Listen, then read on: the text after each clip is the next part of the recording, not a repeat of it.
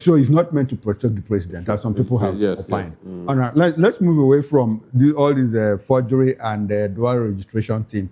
Now, Nigeria has signed a new agreement with the United Kingdom to enable the return of failed asylum seekers, visa overstayers, and convicted offenders. The deal signed during President Bola Tinubu's visit allows UK authorities to deport individuals who have no legal right to remain, including those who have exhausted their appeal processes.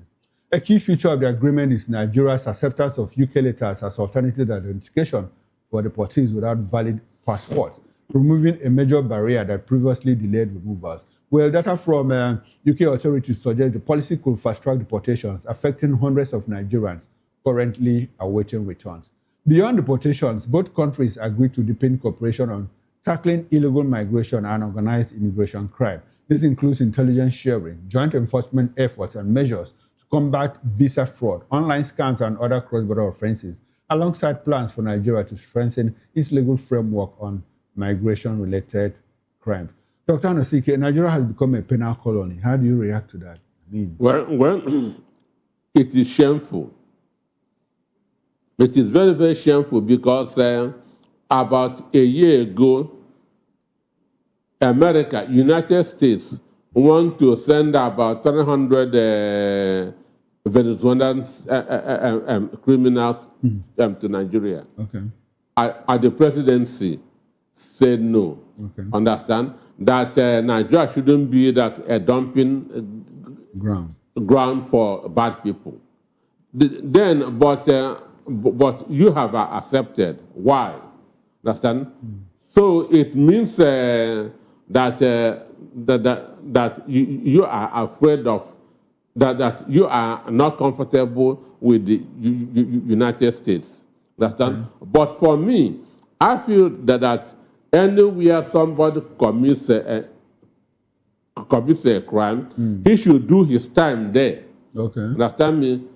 If you commit a crime in Nigeria, you have to do your own time in Nigeria. If you commit in UK, you have to do your own in UK. Because this also involves finance, money. Understand me? Taking care of... taking care of prisoners. That's of prisoners, their welfare, and so on and so forth. So for me, he just... He just wants to show that, yes, these are our colonial masters. Okay. Understand? We have to do their bidding. Do you think that he was twisted? Does it look like a quick No. He wants to look good to a superpower. Okay, he wants to look good to a superpower. Yeah. I wonder the kind of superpower UK is at the moment.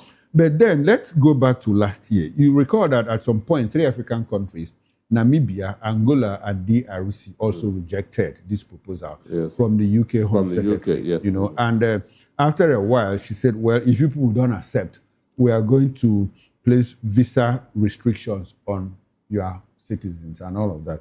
And in early February this year, you know, Namibia, Angola, DRC accepted. That's why I'm asking: do you think that the president might have been twisted? You know, he also signed a certain deal. You know, and there's this cooperation, security cooperation between Nigeria and... did he just agree like that because he wants to look good, or do you think that he might have been twisted? For me, I don't believe that he was untwisted. Okay. This is just a kind of to brighten his image. You understand me?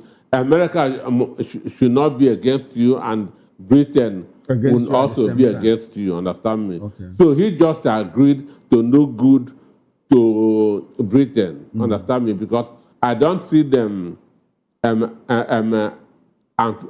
I'm twisting him that at all. Okay, he wants to look good before the British. Sure. He's not looking good before the Americans. Before America. But we also understand that America and UK are, you know, inseparable partners in global politics. So do you think that America might not pressure UK to come against Tinubu in case they feel that he's not doing good? Well, America is the police of the world. That's as we speak, and we also know that economy of Britain is not doing good at all. Okay. And again, America, that's even the NATO nations are looking up to the United States. United States. So I know anywhere that Donald Trump mounts pressure, he will get whatever he wants. Get whatever he wants. Yes. Okay. Now, should anybody fault the UK for trying to control their borders and flush out criminals from their base? Nigerian people are saying, well, what is the meaning of, like you said, now, I mean, about jurisdiction, if you commit a crime in UK, you should serve in the UK. You recall that at some point, Nigeria made a request to let Ike Ekweremadu come home and serve, and do his time. And but British government said no, but now they are willing to do all of that. So what changed between then and now? One, I said that their economy is not really doing well, that's at all. So this is a kind of, and what pained me there is that they want to decongest their own prisons, while our own is over-congested. Understand me? Our prisons are over-congested. And you are still accepting them. You want to decongest their own and congest your own. So for me, this is just should I use the word inferiority comes next, or just not having that capacity that to say no? Okay, not having the capacity to say no. Shouldn't it bother African leaders, that their citizens, are living in their droves? Some of them putting their lives in harm's way, crossing the English Channel. You know what happens in the Mediterranean and all of that, to go to. Even to go to Europe, Sahara, even the Sahara Desert. African leaders. So when they go for AU meetings, what do they talk about? Are they not ashamed, or And every little thing. Look at how Namibia, Angola, and DRC is just little pressure, visa restriction, and they succumbed and all of that. So when they go for AU meetings, what do they talk about? What do they are all poopers. Understand me? The minutes of African meetings are being written abroad, written by the Western countries. Okay. Understand me? So, and you cannot be truly sovereign when you cannot feed your own people. When you are still going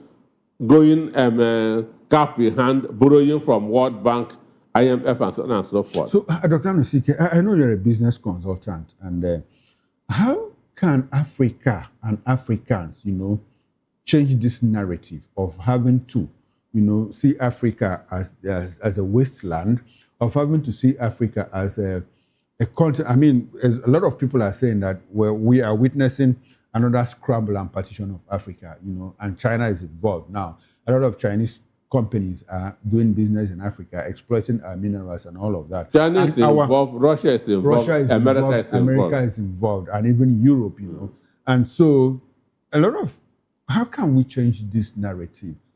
What should be the responsibility of citizens, not leadership? Now, if we have a leadership that has failed us, what should be the role of Africans, in taking back their continent? There's not, now, this is one. It's just a mind shift. Okay. Understand me? Having that at the back of your mind that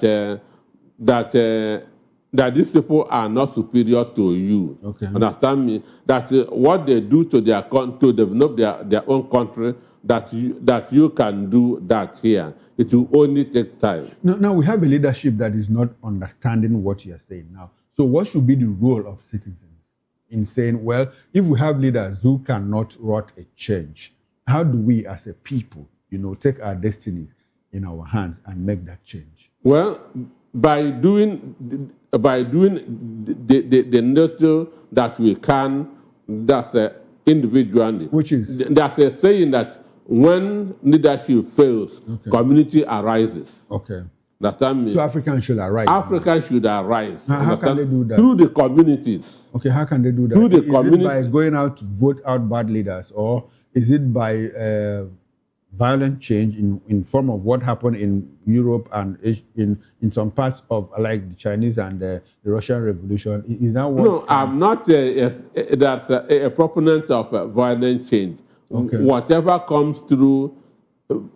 Violence will always beget violence. Okay, so but you can talk of democratic rebellion of the people. Democratic rebellion of the people. When you say that violence beget violence, I mean, we are looking at the freedom that you and I today take for granted was secured for us by the French Revolution. And nobody's preaching revolution anywhere, but I'm just saying, you know, like... That's why I say democratic rebellion. Democratic rebellion, probably going to, you know, to the ballot to change Sure. Yes. So how can we do that when we hear that institutions of government have already been captured by the executive? Look at places like Emerson Mnangagwa is trying to extend his tenure after what happened to Zimbabweans, you know, under the tenure of, what's his name, Robert Mugabe. We now have Emerson trying to extend his tenure. We have people like Yoweri Museveni, we have Paul Biya. The Rwandan man.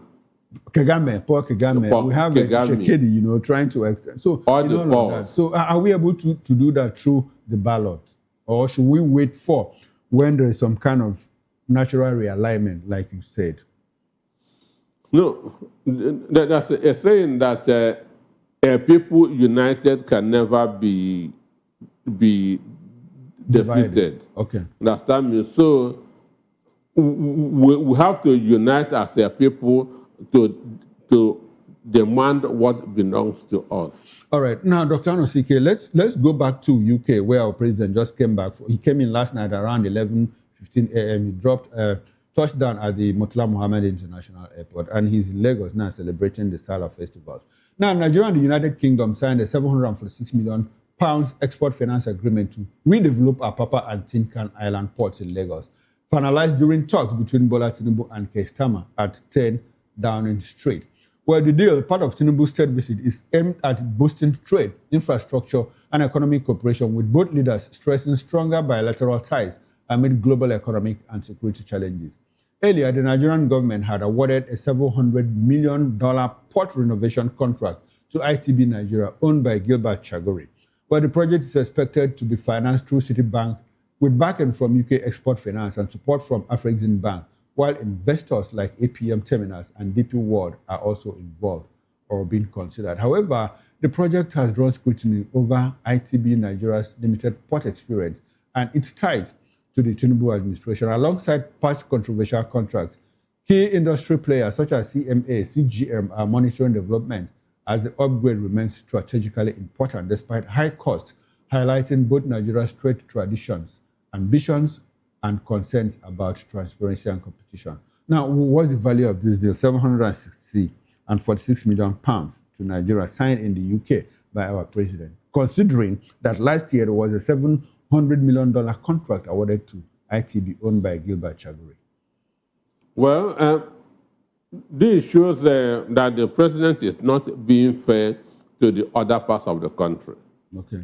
It shows that the president is not being fair to the other parts of the country, because Tin Can and Papa ports, Lagos is already congested. Understand? Mm-hmm. Everywhere is congested. So what we should be looking at is spreading. That's sending development to the other parts of the country. We have other ports. We have Warri ports. We have One ports. Understand me? There's one in Calabar that are looking for upgrading, developments. Understand me? Before we have New York, there was York. Before we have New Jersey, there was Jersey. Okay. Understand me? Before we have New Delhi, there was Delhi. Okay. So these are new developments. Understand me? Opening up other areas. But here, Tinubu is behaving as if Lagos is his primary interest. Everything must come here. Everything must come here, which is wrong. Because it's the business hub of Nigeria. Which is, I said, you have to diversify. Okay, to expand. Sure, expand to other parts of the. Take development to the other parts of the country. Now, before we come to the issue that you raised now, which is the issue of redistribution of infrastructure and all of that, Like I mentioned in my intro, a certain $700 million contract was awarded to ITB. Now, in less than 1 year, another one is coming. Now there's a confusion here. Nigerians have been trying to find out the contract of $700 million, was it really awarded and funded? And if it did, if it was, what happened to it? And you also know that at some point, the ports had been concessioned. Yeah. So who is doing the revamping now? Are you revamping on behalf of the concessionaires or on behalf of the Nigerian government? Have you seen? Or did you award a contract, without funding, now started shopping for funds, which you now went to the UK and got? What will it be for you? Do you know any of that? These are two different arrangements. Okay. Understand? Because on the one of last year, money was mentioned. Okay. Understand? And Nigerians cannot ask question how far, what is the extent of the 2025 this thing. Understand me? Contract. And we have a National Assembly that doesn't do oversight functions. Okay. Because Alain Dume said that they are dead. Sure. That they are non-existent. Which is a fact. So when you give somebody money, you have to watch and see what he's doing with that one. Okay, this one now, are you still going to give it to that person without him accounting for the one of 2025? Exactly my question. That's I'm asking. Are you aware if that 2025 contract was actually funded, or was it just on paper in expectation that these funds will come? Are you aware? Do you know? I'm not aware. You are not aware. Now, the UK Trade Secretary, Kyle, said that this contract will help grow jobs in the UK. UK Trade Secretary. Now, we have a situation where our own presidential spokesperson, Sunday Dare, said that this contract, this deal will reposition Nigeria in the global arena. Now, what's the difference in the value of both operators, those government operators? What are their interests? Now, this one says, well, this deal is going to grow jobs for us in the UK. It's good business for us. Now, Sunday Dare says it's going to reposition Nigeria in the global arena. Well, when you talk of countries with viable ports in the world, you don't even mention UK. Okay. You don't even mention UK. You talk of Dubai, Saudi Arabia, even Malaysia, Singapore. These are people with busy ports. Okay. So I don't know why it should be going to somebody who is as incompetent as you are for a deal. But the Trade Secretary just said he's going to create jobs for them. And our own operator didn't say anything about job creation. He just told us that the deal is going to reposition Nigeria globally. I'm asking you the value. Between the two of them, who do you think is offering value to citizens? It's the UK. But I'm still thinking of how it's going to create jobs for them. Is it going to create jobs in Nigeria or in the UK? Because there's a certain 120,000 tons of steel, that will be imported from UK for this job. And mind you, they are not just going to pay the 746 million into your account. It's going to come in bits and pieces, in components like 120,000 tons of steel from UK Steel Company. That Nigeria will buy. No, they will send it to you and they will write it off that you have bought from that loan, from that deal. And then there's another 20 million pounds, another component that will come. As a matter of fact, at the end of the day, Nigeria might not be able to access 1/3 of this loan. Everything, the trade components will all come from the UK. So they use Nigeria for business. Okay. Understand me? So that's how you say it. They use Nigeria for business. So if you understand, it's just like Ukraine, America going to Ukraine and telling Zelensky, you have to buy your arms from the United States. Okay. We are here to help you, but you have to buy your arms from the United States. Okay. So which means America is making business from Ukraine. Understand me? So UK is doing business with us, and that is so. If you understand all of that, what as a pair of you are concluding to us, what do you think is the value of this deal? Is it going to help Nigeria, or what do you think? It is not going to do us any good. Understand me? It is not going to do us any good. This is a master-servant relationship deal. Understand me? This is a master-servant relationship deal.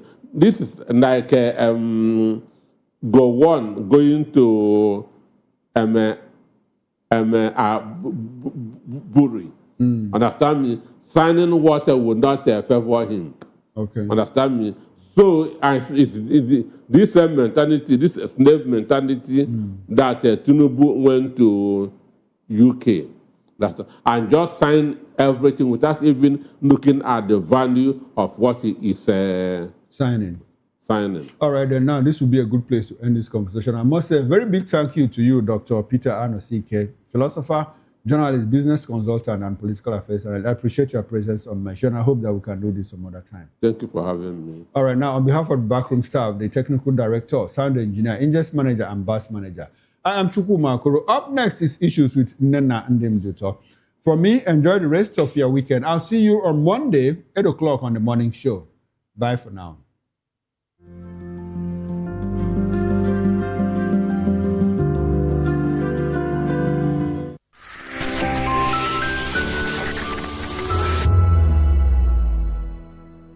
The red carpets, awards, the razzmatazz, music, fashion, interviews, and more. Spotlight on Voice of the People Television. Let's feed you with all the juicy stories in the global entertainment space, bringing you the glitz and glamour as they hot. Stay tuned to Spotlight, 1 p.m. Monday to Friday. Spotlight on VOP TV. Entertainment like never before.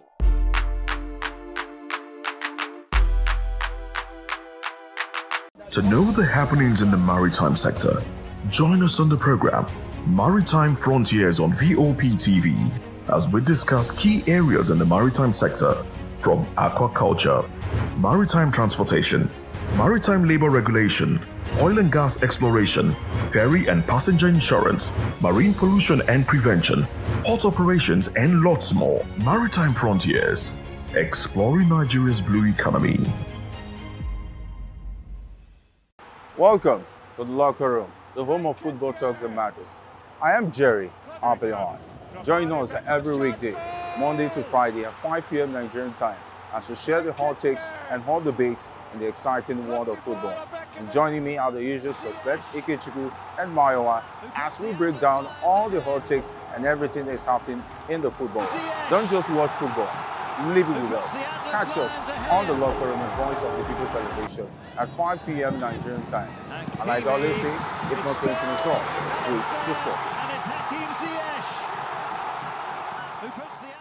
Behind every broken desk lies a broken promise. Education shapes the nations. But who is asking the right questions?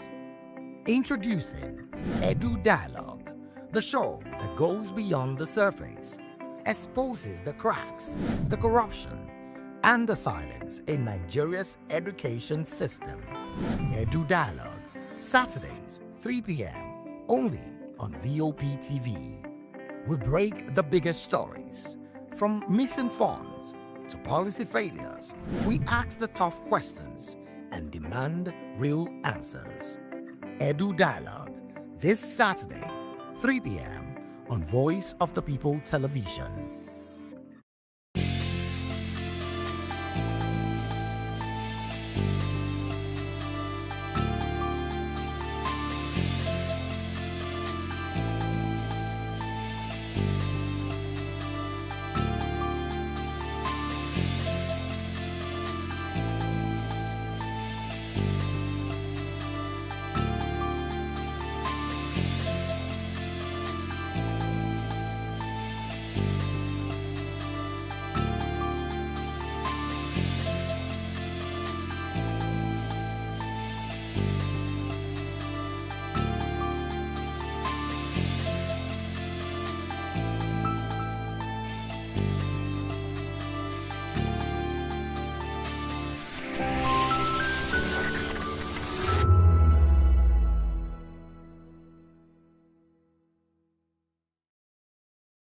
we encourage you to click on the like button and subscribe to our YouTube channel. We are Voice of the People TV. Also follow us on all our social media platforms. We are at VOPTV Live. Visit our website www.vop.ng for fresh and trending news. Also watch us live on SLTV channel 264.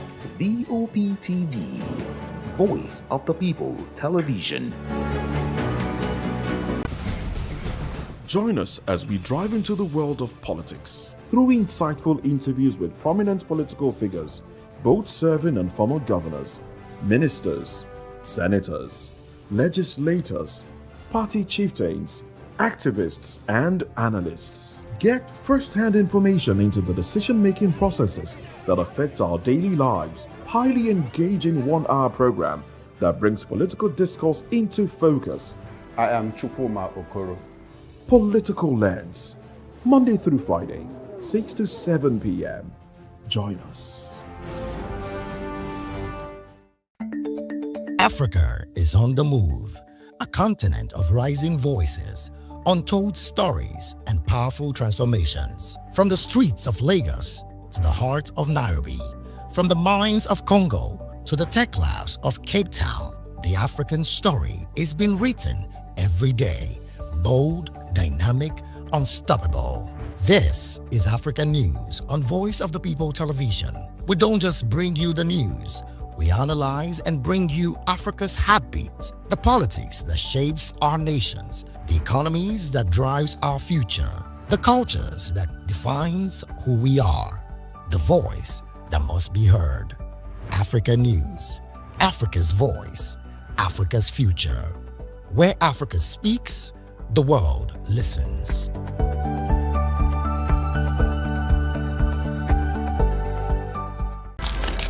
In a world where power shifts with every headline. In a nation full of questions.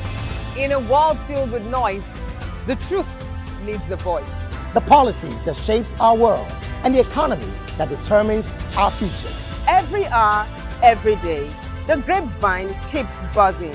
And together, we are committed to telling the stories that shape our world, because your voice is our focus. Don't forget, our voice matters the most. Let us come together and share our concerns.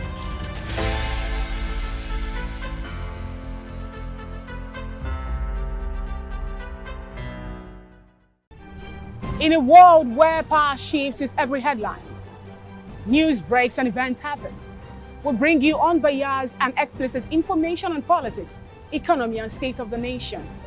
We break down the chaos. Facts, not fluff. Truth, not spin. We discuss not just politics, but a glimpse into the future. Voice of the People Television. Now you have more than a voice.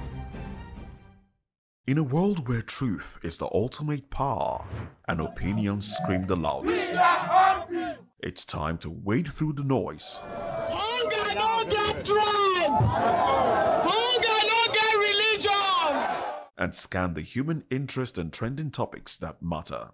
Stay tuned to The Issues, your plug to the stories making the buzz, from politics to science and technology, social justice, and more. Let's tackle the tough questions and expose the truth. The Issues, on Voice of the People Television, Mondays to Fridays, 8 to 9 p.m. The Issues. Don't just react, understand. Are you ready for the extraordinary? Something big is happening on your screen. Introducing VOPTV. Now streaming on SLTV channel 264. From breaking news to captivating conversations, news analysis, giving you all sides to the story. We break in-depth discussions on the issues that matter, from politics to sports, entertainment, and lifestyle. VOPTV on SLTV channel 264. Join us as we redefine what television means to you. Voice of the People Television, VOPTV. Now you have more than a voice.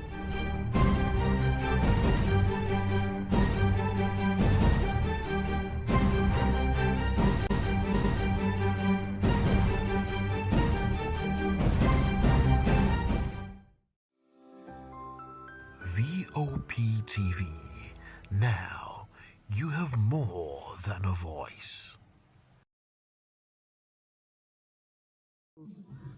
The red carpets, awards, the razzmatazz, music, fashion, interviews, and more. Spotlight on Voice of the People Television. Let's feed you with all the juicy stories in the global entertainment space, bringing you the glitz and glamour as it is hot. Stay tuned to Spotlight, 1 p.m. Monday to Friday. Spotlight on VOP TV. Entertainment like never before.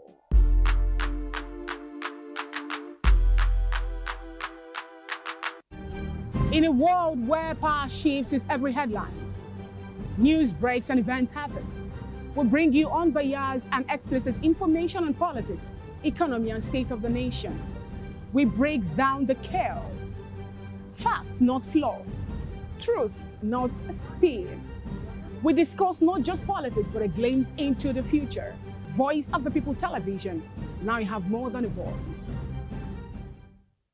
We encourage you to click on the like button and subscribe to our YouTube channel. We are Voice of the People TV. Also follow us on all our social media platforms. We are at VOP TV Live. Visit our website www.vop.ng for fresh and trending news. Heart of Nairobi, from the mines of Congo to the tech labs of Cape Town, the African story is being written every day.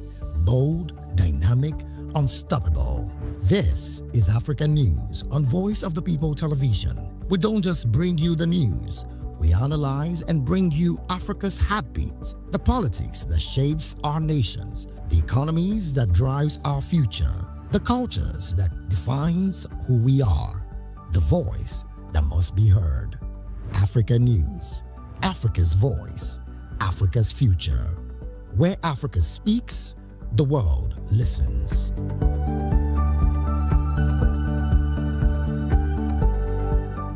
When I first heard VOP, I thought they were talking about me because I'm a voiceover personality. But no, this is Voice of the People TV, and you are riveted forever because this is the place to be. Yo guys, your boy Chella. Shout out to VOP TV. I love you guys. Salut, salut tout le monde. Suspect 95. Là, on est sur VOP TV. On passe un bon temps. J'espère que vous kiffez. On est au Afrima. On est ensemble. VOP TV. Don't see me like a fool because I don't do giddy giddy giddy. VOP, you don't know somewhere from Ghana representing live and living color. Yeah, Beam Nation President. Outside with it. Bless up. Hello, this is Milo from Ivory Coast. Keep watch Voice of the People TV. Regardez la voix du peuple, la télévision de la voix du peuple. Que Dieu vous bénisse. À très bientôt. Love you so much. Hi guys, what's up? This is Gaze Baba. I am watching VOP TV. Usually you be told to not touch the dial, but I tell you to touch the dial and increase the volume. You're like, keep it locked. It's Afro Gospel. Thank you. Hello, my name is Shego Aronzo. You're watching VOP. Don't change the dial. My Joe, fine girl. My Joe, fine babe. Only are you, but on the Fuji was. Yes, don't touch the dial. This is me, Dr. Adiwala Iba. Keep watching VOP TV.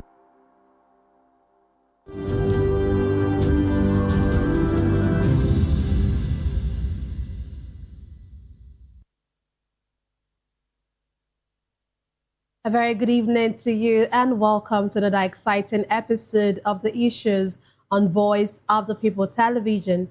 And we bring you the most important and pressing issues shaping our nation today. I am your host, Nenna Ndomdioto, and of course, Eid Mubarak to all our Muslim brothers. Today on the Issues, we're examining the complexities of Nigeria's politics and governance, from Tinubu urging Nigerians to uphold Ramadan values, to Ndume insisting Atiku, Obi and Amechi not coming with anything new. Also, ADC criticizes silence on proposed certificate forgery law. Finally, NBA condemns judge's order for lawyer to kneel in court. Join us as we break down the fact and provide context to help you stay informed. We'll take a short break, and when we return, we'll dig deeper into these topics. Don't go away.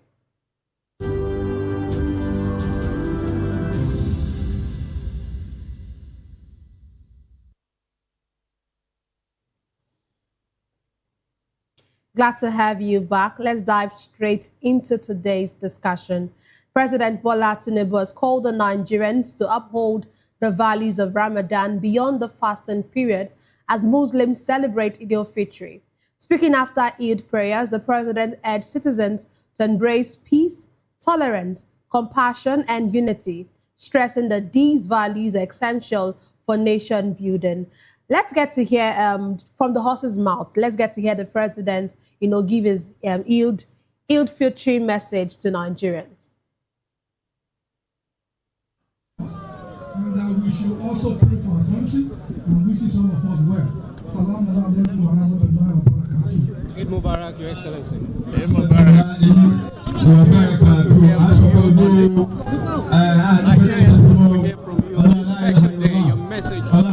Well, the message has been as we started.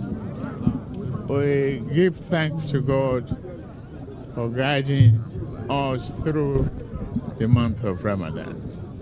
We accepted the principles, the philosophy, the doctrine of give, peace, security, and love of a nation, of neighbors, and kindness to all humanity in any way we can, giving assistance to the needy and helping the vulnerable.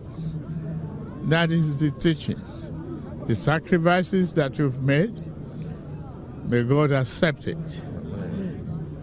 Is the question that we must continue, not because of the Ramadan has come and is over. We thank Almighty God for giving us, but the teaching must continue even after Ramadan.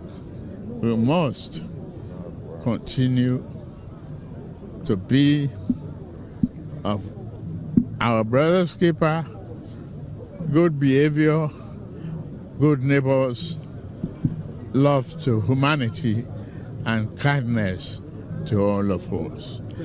And pray for peace in our country. The stability of peace and security of the nation is not just one man's responsibility. We all are involved. Information, suspicious information, movements of people across the length and breadth of this country is our responsibility. We must give. Today, I'm delighted to be joined by a guest in the studio. We have Elvis Elimihele. He is a senior reporter and, of course, a public affairs analyst. Glad to have you join us, Mr. Elimihele. Good evening, Nena. Good evening. Baraka di Salah, is that what they call this? I didn't even know. Eid Mubarak, yes. I used to think it was Baraka de Salah, but I don't know. So person say Baraka de Salah, some person say Eid Mubarak. Another one is coming so soon. because the other one is Baraka de Salah. Okay, so yeah, Eid Mubarak to you and to all our Muslim brothers and sisters. Yeah, so we heard the president, should I say the president's speech or his speech is actually a speech. And but before we even get to, dissect some things that he said, I see Nigeria as a very religious country. We are a very religious people. But do you think that our religious inclinations are actually portrayed in how we live as Nigerians? Yeah, Nena, I heard what the president said, and it was quite, I appreciate some of the things he made mention of, at least giving responsibility to Nigerians. But the only area, too, that I would have loved the president to also say that if this responsibility he gave to Nigeria, if Nigeria act on it, let the necessary agency that is involved, also act as expected. If he said, if you see any movement, suspicious movement, or whatever, actually alert, sometimes people have done that, like whistleblower. And at the end of the day, they become culprits. You understand? Because some of this information now get leaked, and the persons that are involved in even giving it to the appropriate authorities now get the brunch. So if the president is telling Nigerians do this, you know, he has to also remind the armed forces and whichever agency that these people that he has mandated to do this today must be kept and must be adequately secured. Yeah, we pray that the value for all the fasting and for these 30 days, God should actually use it to bring peace to reign in this country. We're talking about religion in this nation, Nena. It is one of the biggest things that have brought us to where we are today. A country where constitutionally religion is secular in our constitution, but government officials, the people that have the power of government that rule us, they've not taken it, they've taken it out of the constitutional value that was bestowed in it. You said it's secular. That means I have my own right to say this is my religion, and I should not use it to impede constitutional matter or national matter. Just the same thing it's your private thing. But we have seen over the years that state governors sponsor Hajj, pilgrimage. I mean, can you imagine that? We have now seen that, apart from even that, politicians are cashing on it now that they have divided Nigeria now into different ranks, all in the name of religion. We've seen now that protests are happening in Nigeria because of religion for things that does not concern us. Iran and America and Israel has issues. We saw protests in Nigeria. We saw Nigerian innocent children in a school gathered and made to stand on the map, on the flag of America and Israel. These children don't know what is going on. But those who are now beneficiaries of it have taken religion to another angle. That's where the problem is.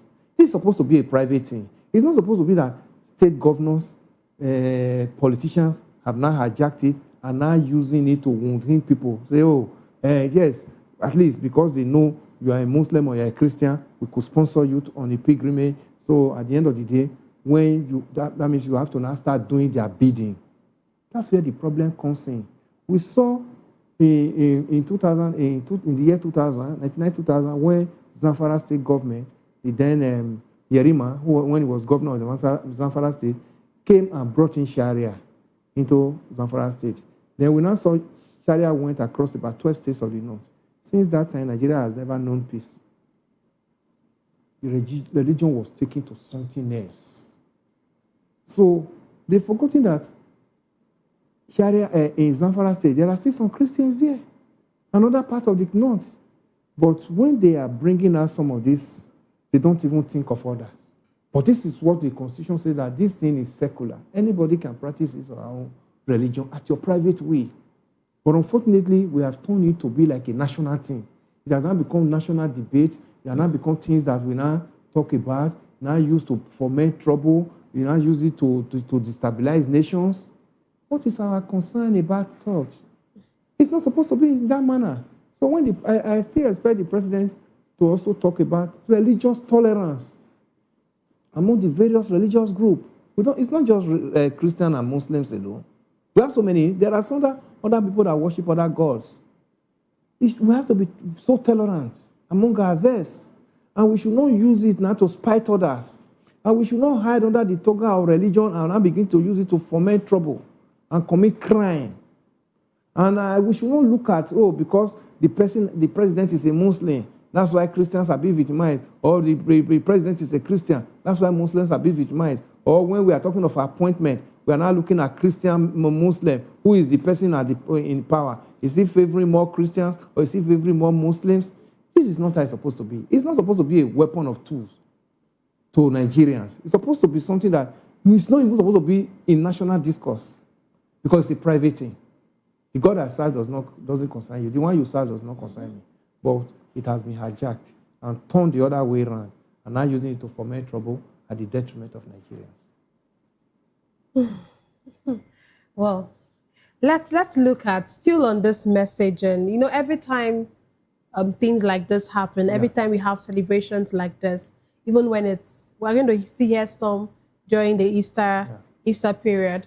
And then Christmas, every time there's festivities, we get to hear all of these messages and, these pious messages that says we should, work in line, love ourselves, walk in peace. But I want us to look at this. Beyond all of these messages, how can religious values like sacrifice and, compassion translate into real governance outcomes? Because we have seen, let's even look at the situation in Iran, or this conflict in Iran and how it's affecting us. Some persons would say if we actually have compassionate leaders, we should not be where we are today. If at all, let's even say we are where we are, the compassionate leaders should even help us cushion the effect of these conflicts on us. But it looks like we are not seeing this. We are seeing other countries try to ameliorate the sufferings or whatever it is that their countries are facing. But it looks like our country isn't doing the same. What do you make of it? Yeah, because there's no love, Nena. We only profess these things because we find ourselves in that position where we are make a statement that will encompass the unity of the nation. But deep down within our individual closet, it is not what you see on the television or on the radio that happens. Nigerians segment all these things. The person you are going to meet, is he a Muslim, is he a Christian? It's irrelevant. We should be talking about unity and ability for the person that is going to seek something from you. If I come in here to seek for employment, and you believe that, I'm qualified enough, I can do it, and I have the experience, put aside other things, religion, tribal sentiment, and all that. Put them aside. Because you want the best for your company. And not because you are a Christian, you now bring mediocres that will now ruin your investment. Do you understand? But unfortunately, that's what we see in Nigeria. Nigerian leaders don't look at how qualified you are, how experienced you are, but they look at others. Is he from my tribe? Does he belong to my religion? You are now using those things as weapons against Nigerians and against the development of this nation. Because people who are not mediocres, people who are not qualified enough, are now finding themselves because of this, who is he? It belongs to us. This is the issue. But where things work, like the countries of the world we are talking about today, they look at meritocracy. Because by the time the right person is there, he will project into the future of what every Nigerian needs in another 5 years, in another 10 years. Not what I need because I'm a Christian or because I'm a Muslim. We are talking about Iran, America, and Israeli war now. Look at a country like Japan that does not even have oil. Doesn't have oil. Now has reserve that he has now released to cushion the effect of this war in the Middle East now to his people. Nena, what are we talking about? The person who does your own will and my own will, who knows that if I allow this thing to continue with this person is going to suffer, that's the person we should be calling Christian or Muslim. Good one, in quotes. Not the person who is now using it like a tool to make money out of you and I. If Japan can do that, today Japanese are not even feeling the effect of this war now for just about 3 weeks now. But look at how it has turned Nigeria, an oil-producing nation. Look at how it has turned us to. Today, 1 kilogram of gas sells for as much as 1,500, 1,600. Because we did not do what we are supposed to do. This nation has no reserve. The people who find themselves in the hands of affairs, they don't even think of the future of this nation. They only think of where is it coming from? How am I coming to use this opportunity to line my pocket and my family? A true religious person must have that love. That's undiluted love. Like in Christianity, we talk of the love Jesus Christ has for us. Agape love. That this love that He came and died for our sins. I also know too well that Muhammad also has such love for the Muslims. But why is it that when we now get to the hands of our serious leadership, we now throw these things aside and now begin to do our own selfish interests, now play up as against the national coherency that we're supposed to be talking about? That's where it is. So forget about what we say, Christmas, Easter, New Year, Ramadan, whatever. They are just mere statements we make on national televisions and radio. But when we get to our closet, we do the opposite. That's what has brought us to where we are today. Where the missiles are dropping now, their suffering is not as much as those of us who are actually watching and hearing. Because by the time the energy is affected, petrol has hiked up, gas, foodstuff, transport. Look at us. It goes through all the facets of the economy. And that is what you and I are suffering at the moment. Unfortunately, we have leaders who are supposed to have plans, but because of their selfish reasons, they push these things aside and begin to do their own personal bidding. That's no longer religion. That's no longer talking about God. You are not talking about yourself because you are not transforming yourself into that shoe that you are not the God of the people. It's so embarrassing. So if I hear you correctly, you're actually saying that there's a need for our leaders to focus more on policy actions and doing the right thing. Doing the right thing for rather humanity. Than moral appeals Yes. during situations like this or during festivities like this. That's what Christianity is all about. That's what God, in the Bible, say, there's a quotation in the Bible where you talk about, oh, I was hungry, you did not take care of me. I was sick, you did not visit me. But the Bible say, when were you hungry that I didn't take care of you? Say, for you did not do it to your own fellow human being. That's when you did not do it for me. Do you understand what I'm talking about? Are they doing it for us now? We see them now, in their home now, they are celebrating. But how many Nigerian Muslims are actually celebrating now? How many? How many? Easter is just about maybe 2 weeks from now, 2-3 weeks from now. How many Nigerians, Christians will be able to celebrate Easter as expected? So don't let them bamboozle us with some of these statements that they make on national television. They are not there for you and I. Because if you are not for the survival of humanity, you are not doing the will of God. That is just the truth. You don't consider your fellow human being, and you now call yourself a Christian or a Muslim, you are not doing the will of God. Let's shave that aside. You are only doing those things that you believe that will favor you.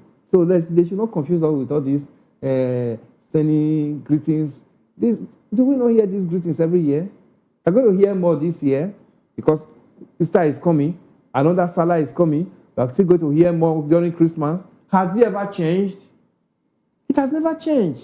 So we are not carried away with all this because we know what this means. People make money around religion now at the detriment of you and I. Politicians are turning to that level. Get me the number of persons you feel they do our bidding, want to sponsor them for pilgrimage. That's what it means. So it's no longer the way it's supposed to be, Nena. You know, you spoke a bit about the security statement our president made. But I want us to dwell on it a little. You know, he said it is not just one man's business. It is a collective effort. And some days ago, the CDS actually was, when he was speaking at Borno, he told the Borno people that there's a need for them to take ownership of the fight against insecurity, and that is how they can actually, or we can actually win the fight against insecurity. You know, when you hear all of this, and some persons would say, how can you be telling someone to take ownership when are you asking them to, because in Nigeria we have laws, we don't have the law to actually carry arms, and you're telling someone to take ownership. So are you saying that these people should go and fight with the same people, with the people who have more sophisticated weapons and even our military sometimes? Then you're asking individuals to take ownership. What kind of ownership would you actually want individuals, to take? I don't know if you want to speak to that. Yeah, the ownership, I believe the CDS was talking about, and even with the president also, happened a little bit just now, that, we should, when we see, we should be able to, speak out. It's just intel. It's intelligent gathering, Nena. That's why we're talking about. If, like in my street where I live in Lagos, you can't know it more than me if you just visit me. The same way I will not know your own street more than you. So for everybody that lives somewhere, like we are here, by the time we close from work, we are going somewhere. We came from somewhere and we are going back. Put your eyes down on the happenings around your environment. That's your own duty. But unfortunately, even when you try your best to actually say, okay, I'm seeing some suspicious movement, let me report to the appropriate authority. How is the response time? And how are you protected? We saw the Woro matter that happened in Kwara. These people said, people came and started preaching a different doctrine that is different from the Islam they know. They reported, but what happened? There was no action. And you saw what happened to them. You saw what happened in Woro. Over 200 people were massacred because they felt, you are reporting us. If at that point of reporting, then the appropriate authority that is concerned actually do what it's supposed to do, Nena, you will be eager next time. But when you see an example that happened to your person, in a very gory manner, at the end of the day, will you be able to do that again? So when they tell us, security belongs to everybody, we should do our own part, they should also try to do their part by protecting us when we give them intel. We are ready to give them intel. We are ready to tell them, we are seeing some suspicious movement. We don't know what this person is carrying. We don't know the kind of job he does. He's just relocated, and we need to profile him and all that. But at the end of the day, are we protected? Are we shielded? So whistleblowing in Nigeria is dangerous. What they are actually talking about is that we should just, recruiting you to be a whistleblower. But are you covered? Are you protected if you do that? That's the issue. When it is done in civilized world, you are coded. Nobody knows who brings in the information. So, for example, is one of those ones that even as the CDS and the president is talking about this, they should also talk to at their own level, armed forces paraphernalia, that no, we need the civilian, we need the populace, but we should also make sure that the people that comes to give us information must be adequately covered. I want them to also speak on that. It's important because security is actually everybody's business. They are not feeling it the way we feel it. So if they are saying we should secure ourselves, look into ourselves, they're actually telling us that we have a responsibility. But when we try as much as possible to give this responsibility as expected, are we protected? That's the big question. Okay, we're going to move to our next conversation on what Ali Ndume talked about politics. But before we go into that, still in that same interview where he talked about politics, which we'll look into, talked about security. I know Ali Ndume looks like someone, I don't know if I would say he doesn't mince words, if I could use that word, if I could use that phrase. Then about insecurity, he made a statement, a very striking statement. He said the president is willing to fight against insecurity, but he has people around him who don't have the same, who feel like I'm not paraphrasing, I'm not saying the exact way he said it, but that the people around him seem not to have that drive he has about fighting insecurity. They don't see it as something that is important. As we've seen it, we've heard our NSA come out to say that these people are our brothers. We've heard even the past Minister of Defense, we've heard him say, before he resigned, or before he was asked to resign, any of it, but there was a resignation. So, we've heard things like that, and then we even heard the things he said, even when he was the governor of his state. When you look at all of others, you now ask yourself, are these people really, is there really a willpower to actually fight this insecurity? Esther, I'm sorry, Nena. Anybody that is not doing your bidding as the head of the government, what do you do to that person? You hire and fire. If there are those that are dragging you backward, and you know too well that the people expect a better result from you, the people you come back to in 4 years' time to ask for their vote, what do? It shouldn't be an excuse that there are some people who are not doing the bidding of the president, who are like dragging the hand of the clock backward. That one is supposed to be looked into by the president himself, and immediately, because when he was coming into this job, and even the constitutional requirement of him says that welfare and security of Nigerians. Anybody that is coming to work with you, being the head of that team, must toe into this. And if any of them is going contrary, what do? It's not part of your team. And you ease him or her out. But a situation where you don't see it in that manner, and you are waiting for people to remind you, it means you yourself don't even know what you are supposed to do. That's what we are talking about, that nobody should remind the president of what to do. Nobody should remind the governors what to do, because there are constitutional requirements for these offices. Go and read them. The Constitution favors the people who gave you the vote. By the time you are now doing contrary, people are kidnapped, they are in the bush because you refuse to give them security. People cannot go to school because you don't think about whether these people must have education. There was a time in this nation that we have free education. From secondary school, primary, secondary school to university. People benefited.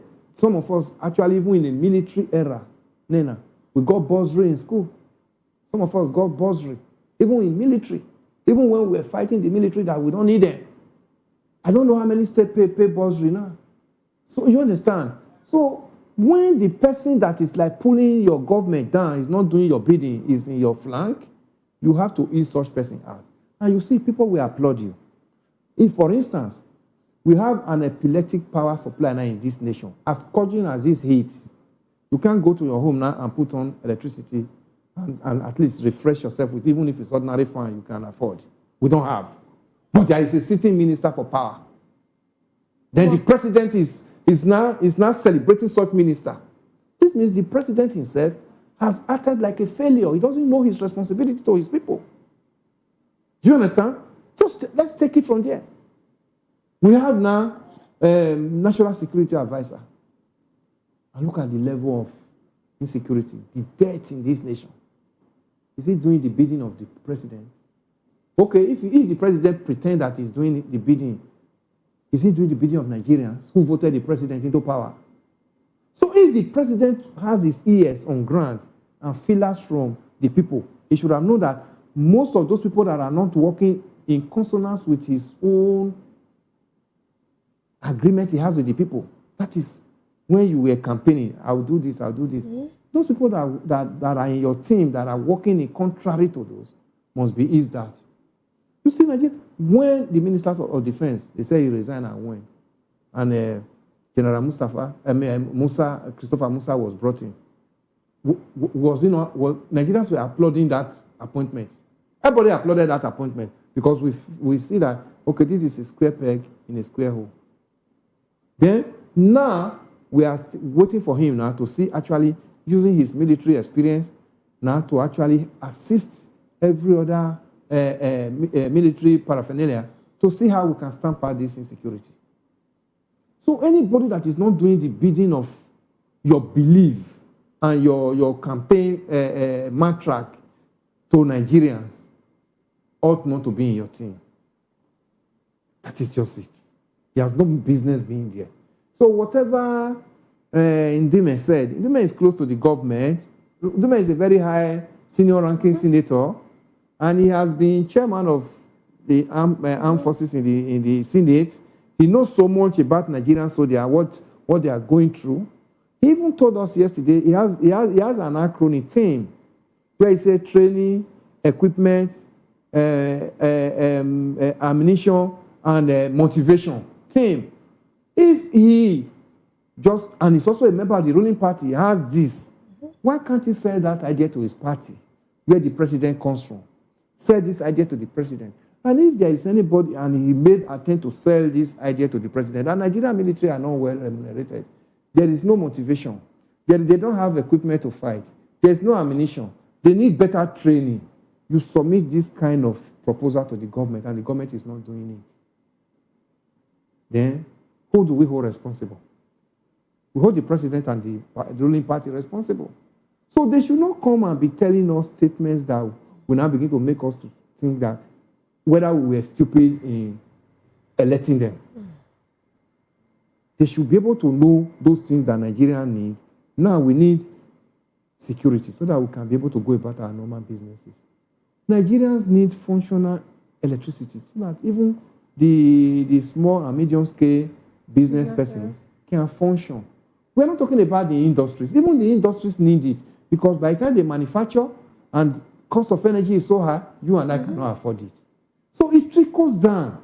There's no hiding in this matter, Elena. If you are not there, you are not there. If you cannot do it, let that person be shown the way out. Immediately, they even have a way they do it in the APC. They'll tell you the person resigned. They give reason maybe on head ground or family engagement and all that. Yes, we want to see more of that. I don't know why the president has not thought of that. For these 3 years, he kept the minister for power. And he wants to run for governor. Yeah, I mean, you know what I mean. That same person, those are the kind of persons that APC celebrates. You see all of them will rally around and they'll give him tickets. You know what will happen to that state in the next 4 years if he gets that position? It's already too obvious. Look at his blueprint in the power ministry. We had a governor who Lagosians celebrated. 8 years of Fashola. Fashola was celebrated. When Fashola got that position of Minister for Works, Housing and Power, everybody was like, yeah, he deserves it, he deserves it. You understand? Because of his antecedent and his performance in Lagos. But we also saw that when he got to Abuja, it was a different Fashola that we know in Lagos. Then now, that was somebody who performed so well. But he got to that level, he didn't. Somebody is coming out from abysmal failure to come and govern a state if he gets that ticket. But I'm looking at Oyo's people. I mean, they have the knife and the yam, so they should be able to share as expected. Okay, let's really delve into what Aline Dume is saying. Now, he says he's confident that his party, the All Progressive Congress, APC, would retain power at the center after the 2027 presidential election. Speaking in a televised interview, he disclosed that opposition African Democratic Congress, led by Atiku Abubakar, Peter Obi, and Rotimi Amechi, is not coming up with anything new to challenge President Bola Tinubu. However, Ndume noted that the opposition cannot be underrated, that he is not dismissing their chances, acknowledging their political experience and influence. His remarks come amid increasing political realignment and early positioning ahead of the next general election. I don't know what to make of this. He's saying that the top people that we have in ADC are actually not bringing anything new to the table. I don't know if you agree with this.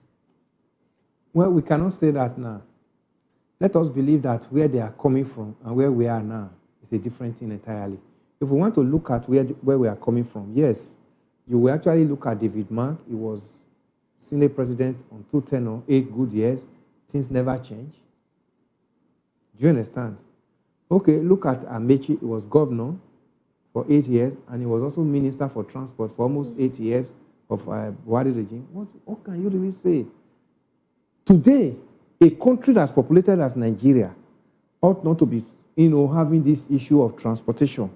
Say, oh, because of fuel crisis now, Nigeria can no longer move because of Iran and America war. Nigeria ought to be talking about rail line. At least I've visited India. I know India has a population of over 1.something billion. And because of that, the biggest means of transportation in India is rail. It's through rail.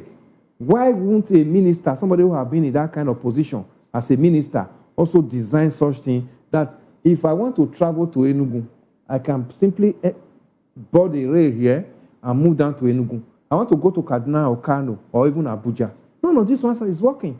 So we have known some of these persons. But let us believe now that they are coming where they were before and what they are expected, what is expected of them now is a different ballgame. But if we want to take what they did before, want to judge them, analyze it by it, I'll tell you that there is nothing much that is going to happen. Atiku Abubakar was vice president for this nation for 8 years. Somebody will say, he was not the one that had the saddle as the head, but he was part of the team. He was part of the team. But now that Nigerians are crying so badly, because we are seeing the worst of it now, are these persons that we know that Dume made mention of that he knows so well, are they change Nigerians now? Are we going to see something new about them? That's the big question. Are we going to see something new? But if you want to analyze them from where they were coming from, Nigerians will tell you that they didn't really fare well. But now that the rain has started beating us now for almost 10 years of this APC's government now, everybody is drenched. Are they now new persons? Were they also part of the APC? Some of them, they were part of the APC during Buhari's regime. That now that administration, now that Tinubu has just done only 3 years, is this just these 3 years now that everybody is like, oh, this way APC is no longer the bride, and now we are coming up with our own. They have to tell Nigerians what is going to be the difference. I said it that day that the manifesto that they started talking about just some 3-4 days ago ought to have been something that they are supposed to throw at Nigerians before now. Nigerians will now start scrutinizing it and start asking questions, not setting up another committee or whatever to now go and draft a manifesto. Nigerians we know where our problem is. Execution is always the problem. That booklet now, everybody will read it. This is what we're going to do. Are they going to follow it when they get there? These are the issues. So the names are not new to Nigerians. But whether they've garnered so much experience from the hardship we've seen within this period to now become a changed Nigerian is what we should be asking when they get in here, if possible. That's a very big question. Yes. Because Nigerians are really, so many Nigerians. No, we are very, very expectant. Very expectant. But, Yes. there was something, what's his name, Aline Dume said that really, that's really very interesting. He said ADC at first, he had a lot of confidence in them. But the way, I want to read them verbatim.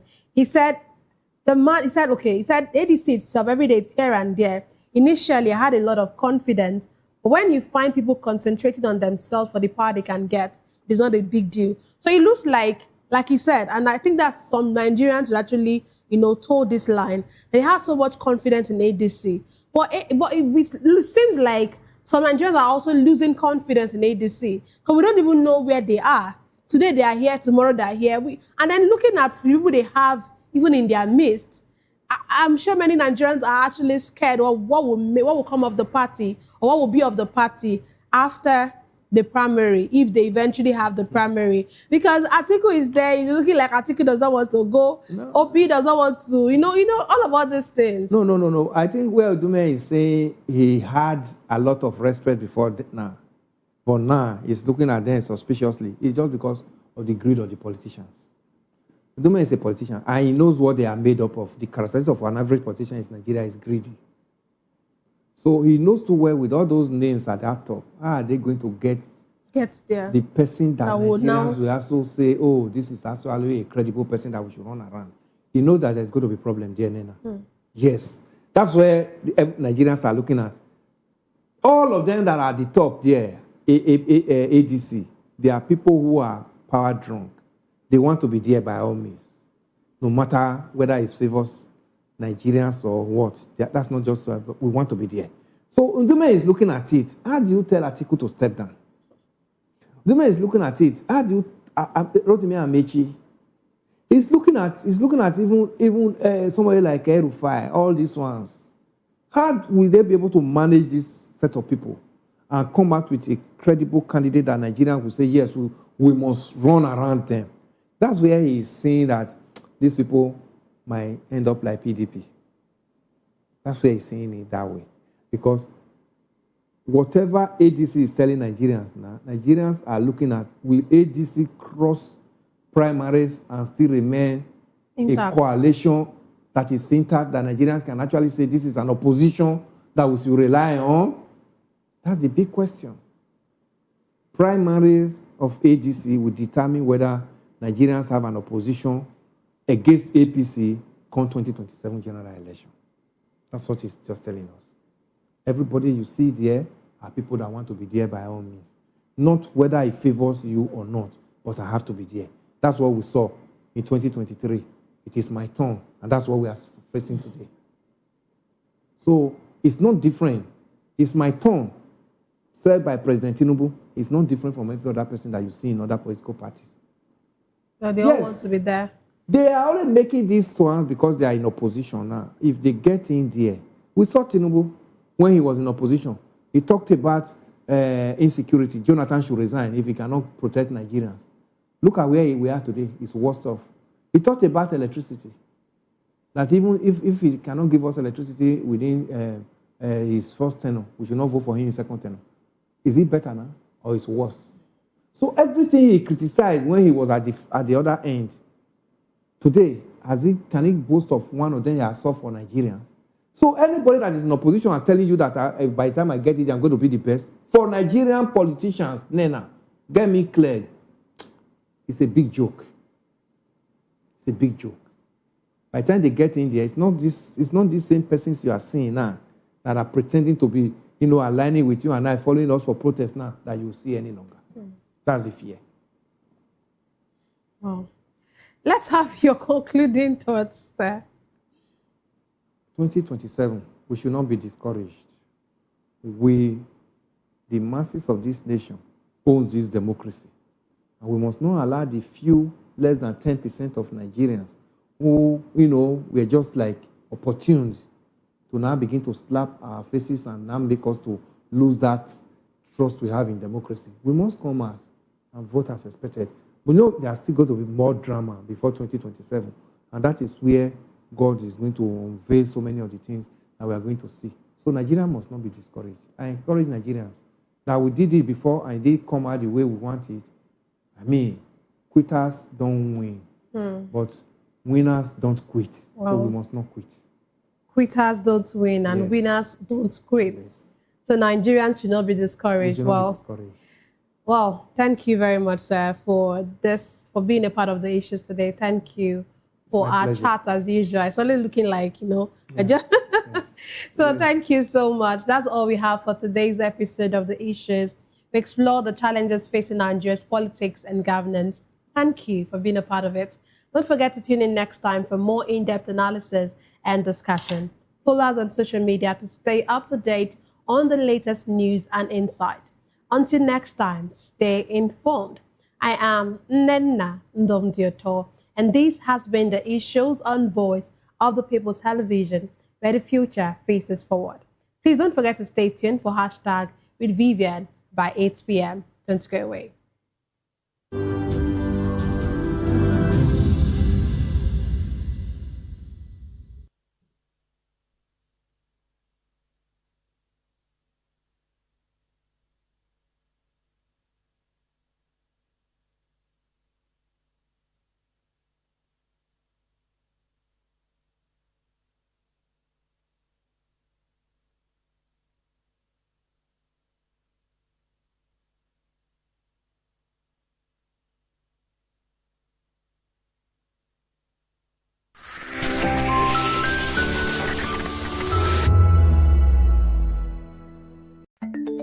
Africa is on the move, a continent of rising voices, untold stories, and powerful transformations. From the streets of Lagos to the heart of Nairobi, from the mines of Congo to the tech labs of Cape Town, the African story is being written every day. Bold, dynamic, unstoppable. This is African News on Voice of the People Television. We don't just bring you the news. We analyze and bring you Africa's heartbeat, the politics that shapes our nations, the economies that drives our future, the cultures that defines who we are, the voice that must be heard. Africa News, Africa's voice, Africa's future. Where Africa speaks, the world listens.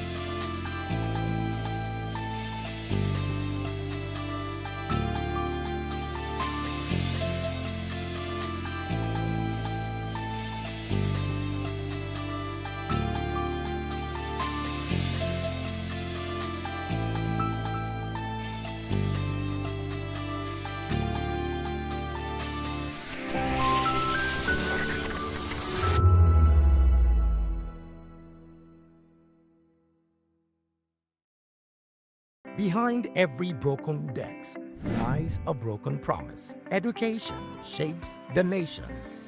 But who is asking the right questions?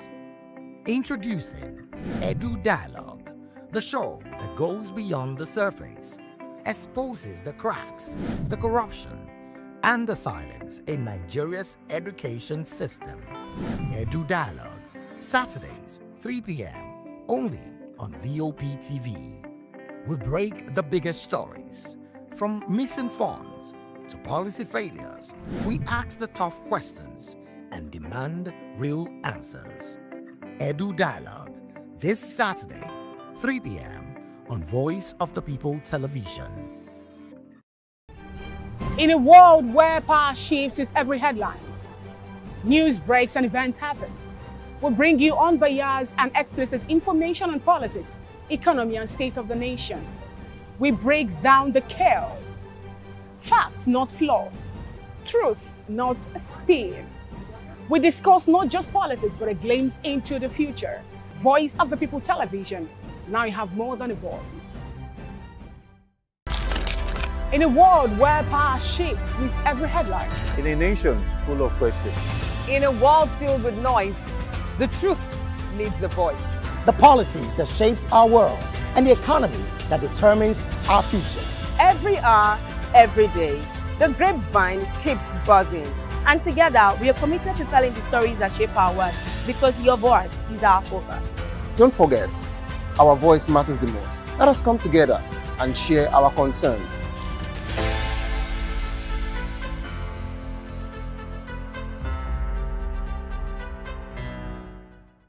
Welcome to the locker room, the home of football talk that matters. I am Jerry Arpehon.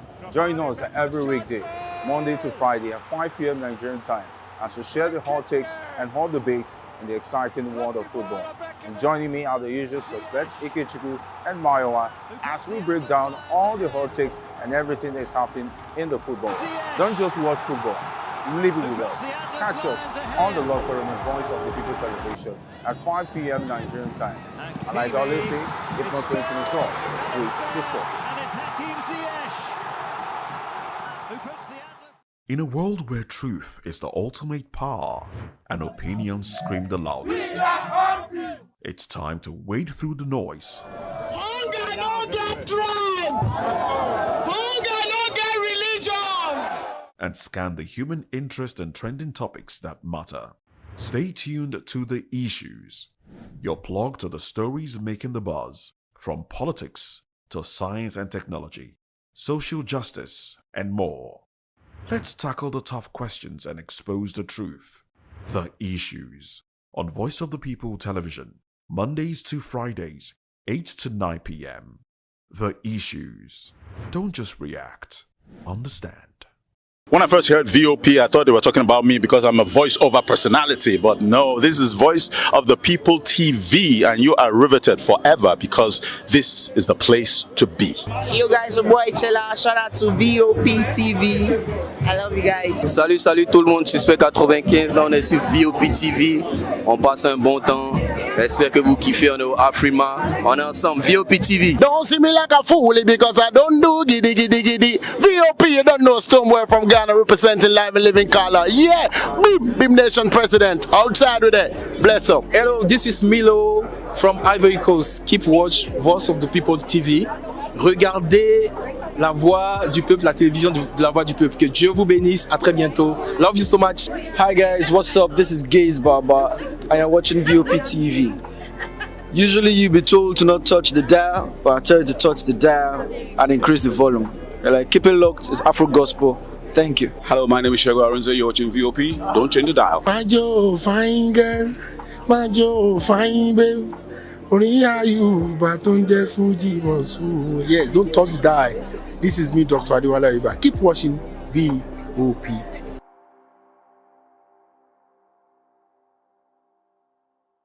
The red carpets, awards, the razzmatazz, music, fashion, interviews, and more. Spotlight on Voice of the People Television. Let's feed you with all the juicy stories in the global entertainment space, bringing you the glitz and glamour, as they hot, Stay tuned to Spotlight, 1 p.m. Monday to Friday. Spotlight for B4.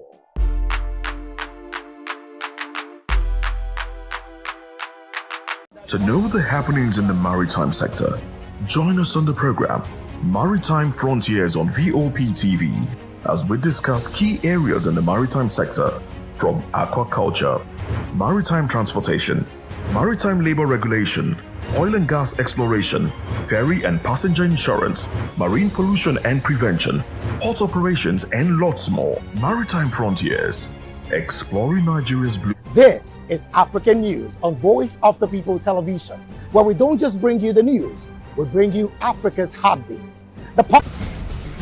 Join us as we drive into the world of politics through insightful interviews with prominent political figures, both serving and former governors, ministers, senators, legislators, party chieftains, activists, and analysts. Get first-hand information into the decision-making processes that affect our daily lives. Highly engaging one-hour program that brings political discourse into focus.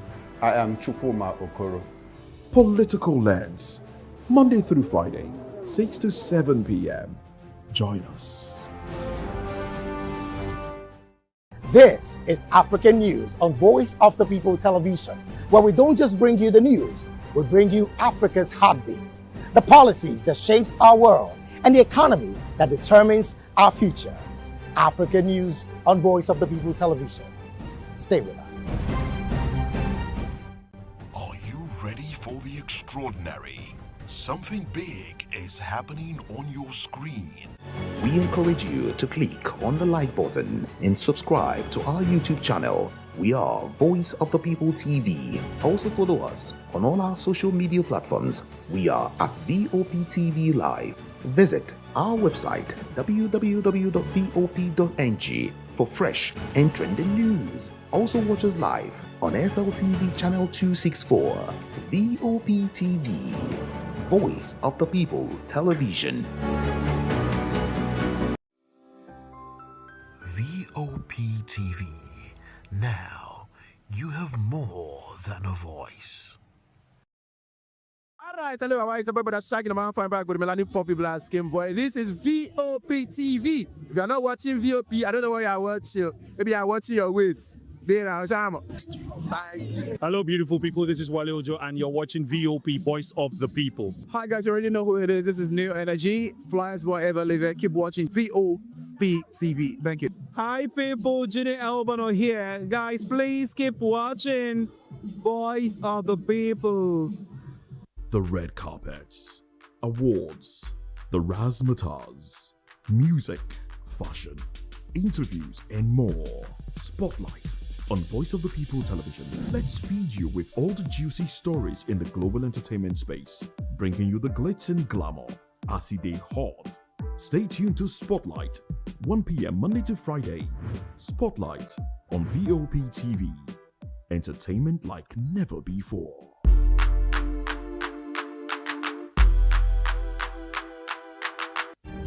In a world where power shifts with every headlines, news breaks and events happens, we bring you unbiased and explicit information on politics, economy, and state of the nation. We break down the chaos. Facts, not fluff. Truth, not spin. We discuss not just politics, but a glimpse into the future. Voice of the People Television. Now you have more than a voice. We encourage you to click on the like button and subscribe to our YouTube channel. We are Voice of the People TV. Also follow us on all our social media platforms. We are at VOP TV Live. Visit our website www.vop.ng for fresh and trending news. Also watch us live on SLTV channel 264. VOP TV, Voice of the People Television. This is African News on Voice of the People Television, where we don't just bring you the news, we bring you Africa's heartbeat, the policies that shapes our world, and the economy that determines our future. African News on Voice of the People Television. Stay with us. Africa is on the move. A continent of rising voices, untold stories, and powerful transformations. From the streets of Lagos to the heart of Nairobi, from the mines of Congo to the tech labs of Cape Town, the African story is being written every day. Bold, dynamic, unstoppable. This is African News on Voice of the People Television. We don't just bring you the news. We analyze and bring you Africa's heartbeat, the politics that shapes our nations, the economies that drives our future, the cultures that defines who we are, the voice that must be heard. Africa News, Africa's voice, Africa's future. Where Africa speaks, the world listens.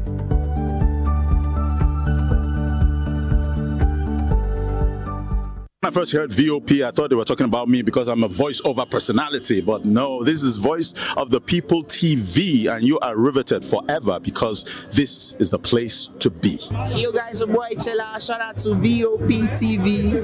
I love you guys. Salut, salut tout le monde, Suspect 95, là on est sur VOP TV, on passe un bon temps, j'espère que vous kiffez, on est au Afrima, on est ensemble, VOP TV. Don't see me like a fool because I don't do giddy giddy giddy. VOP, you don't know somewhere from Ghana representing live and living color. Yeah, Beam Nation President, outside with it. Bless up. Hello, this is Milo from Ivory Coast. Keep watch Voice of the People TV.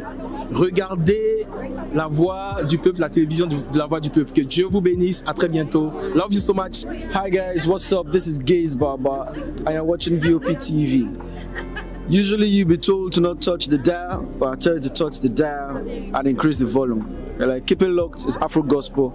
Thank you. Hello, my name is Sowore. You're watching VOP. Don't change the dial. My Joe, fine girl. My Joe, fine babe. Only are you, but on the Fuji was. Yes, don't touch the dial. This is me, Dr. Adiwala Iba. Keep watching VOPT.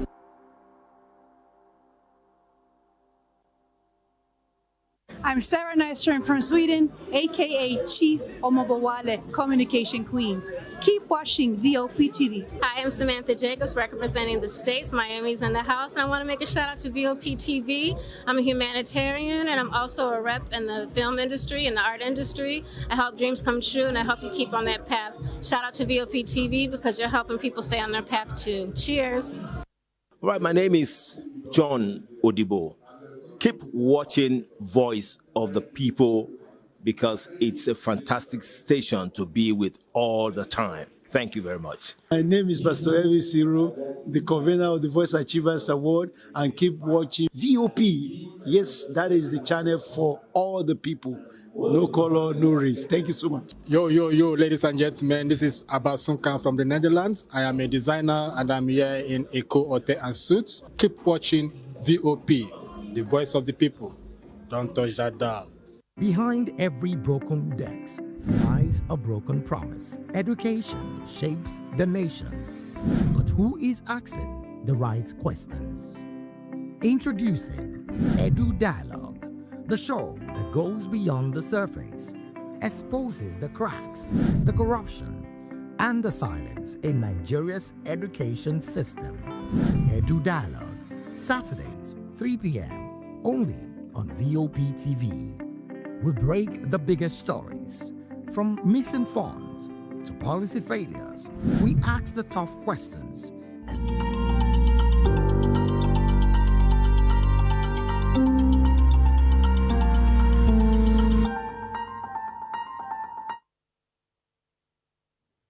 Welcome, guys. The show is hashtag right here on VOP TV.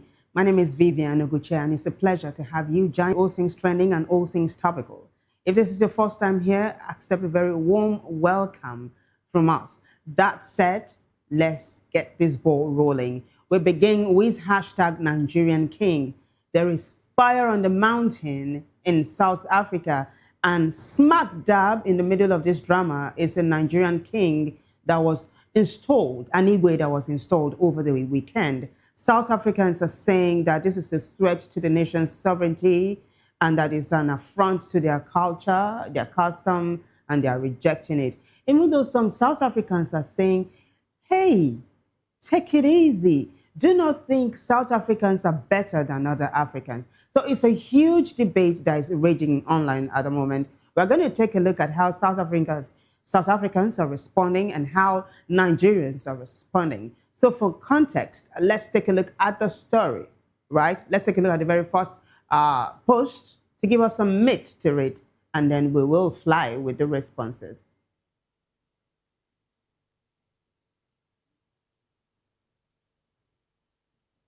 All right, it looks like we are having some difficulty here. We'll take a short break and be right back. Stay with us.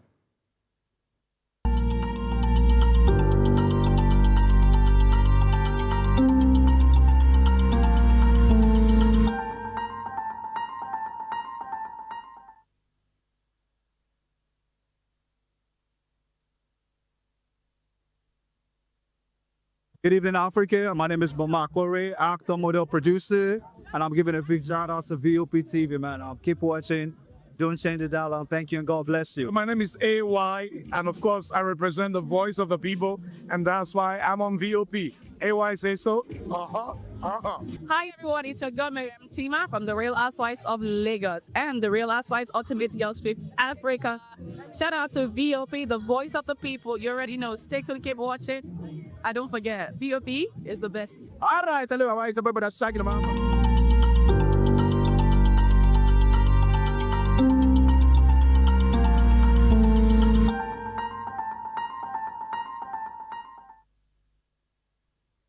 Welcome back, guys. Apologies for that mix-up earlier on. We go straight down to the very first hashtag, Nigerian King. Like I was telling you, let's build some context, right? So you understand how it is. This is Times Live, and Times Live says, Eastern Cape Cooperative Governance and Traditional Affairs, Maxolil Williams has distanced his department at the House of Traditional and Khoisan leaders from the so-called installation of a king by foreigners in the province. The next one. Times Live continues by saying Williams was commenting on the reported coronation of a Nigerian king, Chief Solomon Ogbonna Ezeko, under the title Igwe Ndigbo na East London. Videos circulated on social media appearing to show celebrations of the coronation of an individual referred to as Igwe Ndigbo. Williams said he had learned with shock of the so-called installation of the Nigerian king in the Rahabe Kingdom and rejected it outright. Another publication is also reporting on this. Let's take a look at it. This is also MDN News, a South African-based publication, saying Eastern Cape leaders outrage after Nigerian king coronation in East London sparks national tension. A storm is brewing in the Eastern Cape after traditional leaders erupted in anger over the alleged coronation of a Nigerian king in East London, warning that the incident could inflame tensions and undermine South Africa's traditional leadership system. The Eastern Cape House of Traditional and Khoisan leaders has issued a strong condemnation following reports that Solomon Ogbonna Ezeko was crowned as a leader of the Igbo community known as Igwe Ndigbo during a weekend event in Kugompo. The area falls under the authority of King Jonguzolo Uvuvuwande Sandile of the Amarabe Kingdom, making the move highly controversial. Traditional nation as a direct challenge to recognized authority and a violation of both customary law and national legislation. We're going to be hearing from the MDN News in a short while again, but we have Sahara reporters jumping on this as well. Let's take a look at it. Sahara reporter says, tension in South Africa over coronation of Nigerian Igbo king in Eastern Cape. So netizens both in South Africa and Nigeria are responding. These are South Africans responding to the post put up by the South African publication. Oge says, so what is the tension all about? Actually, these are Nigerians, reacting to the Sahara post on the tension. Oge says, so what is the tension all about? Can't Igbo communities have their leaders? Junior Elon One says, South Africans seeing this, knowing fully well that there is no tension anywhere. That's a photo of Julius Malema a politician, well known, an opposition leader, of course, in South Africa. This is Joseph K. Olarewaju says, don't establish your king in another people's native land. These are Nigerians responding to this story now. And then Joseph goes on to say, I don't know how difficult it is for people to accept. That isn't your native land. You are a guest. And then OGBPA says that the monarchical system is phasing out and that he's wondering why people are trying to install kings when it's no longer in vogue. Lagos Igbo, I beg your pardon, says, this madness also happened in Lagos where some Nigerians couldn't or did not allow their fellow countrymen to exercise their right to freedom of expression, association, and fundamental right of freedom in the 21st century. They thought we are still in the slavery days. So let's see how South Africans are responding to this story. This is the post by MDN News, the concluding part, saying the controversy has sparked wider debate about cultural recognition, community leadership, and the limits of authority within South Africa's diverse society. As pressure mounts, all eyes are now on government and law enforcement to determine how this sensitive and potentially explosive situation will be resolved. That's the Igwe and his bride, and some South Africans are saying that he's actually married to a South African woman. Let's see how netizens in South Africa are responding to this one. This is Fakade. Fakade says, the fact that our government is quiet about issues affecting average South Africans or the average South African tells me everything I need to know. We know exactly how they feel about us, and they don't care or they do not care up until it's time for votes. More reactions. So this is King Umolonto, and he says South Africans must not think of themselves as better than other Africans. One more and we'll wrap this up. Tower says, at Home Affairs SA at Leon Shrip, please check the status of their stay in the Republic. Some, if not most of these immigrants are taking advantage of SA's generosity. We can't go on like this. That's a strong statement. Searchlight goes on to say, but the king is married to a Soso woman, and so are many other men, is what Searchlight is saying. So this is how this story is unfolding online, and we do hope that South Africa, that is known for xenophobic attacks, does not erupt into a very, very chaotic place, is what I'm going to say. You remember how years ago there were cases of xenophobic attacks, South Africans attacking Africans from other nations. It looks like some South Africans are beating the drums of such attacks, and I'm hoping that the government, both in South Africa and in Nigeria, would quickly step in and nip this situation in the bud. And I'm sure we're going to be hearing from Abike Dabiri soon. She is the chairman of NIDCAM. NIDCAM oversees Nigerians in the diaspora. That said, we move on swiftly now to the next hashtag, which is hashtag welcome back. So President Tinubu and his wife, the First Lady Remi Tinubu, returned to Nigeria after a very successful state visit in the UK that was wrapped up yesterday. So a number of public officers who flew to the UK to welcome President Tinubu from Nigeria to the UK, netizens are picking bones with that, also arrived to the country ahead of President Tinubu to welcome him. And netizens are saying, does this even make any kind of sense? This is Abiodun responding to NTA Network that put up a video. We are going to be watching that in a short while. But Abiodun says, these people that are here to welcome the president flew with him to the UK only to fly ahead of him so they can welcome him back home. First, we'll take a look at the video. Credit goes to the NTA, like I said, and then we'll continue to take a look at the responses to that one.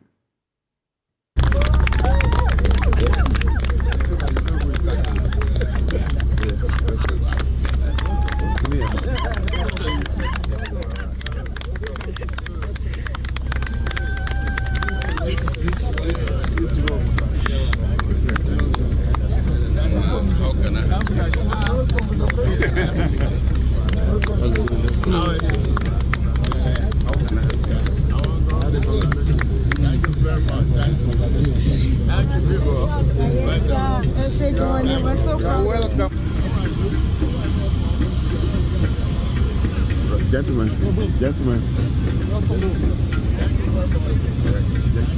Let's go.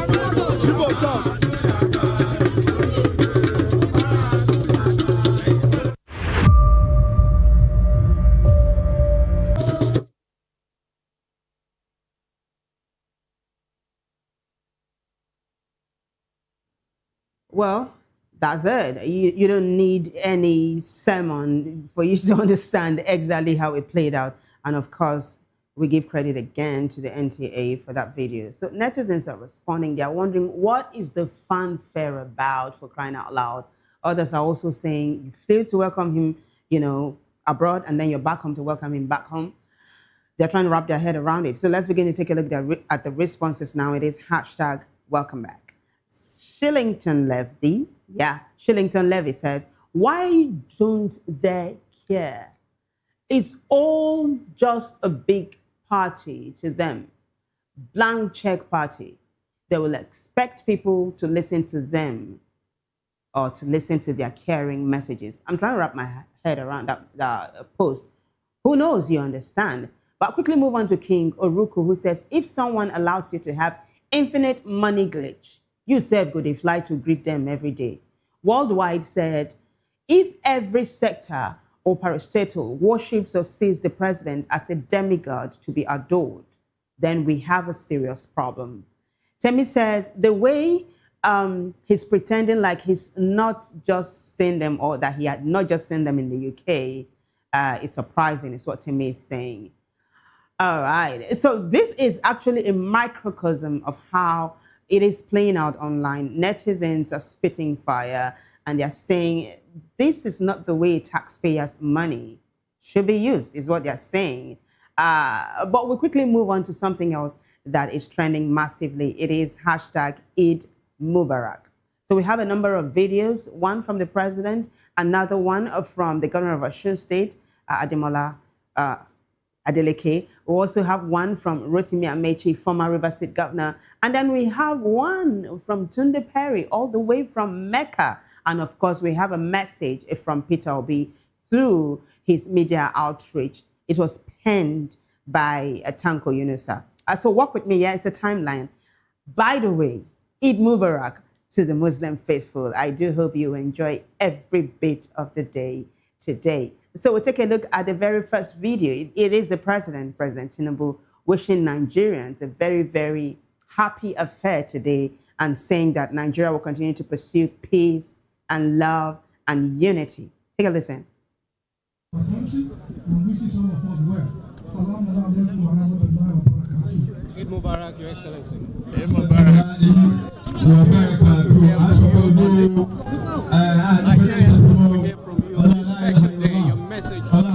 Well, the message has been, as we started, we give thanks to God for guiding us through the month of Ramadan.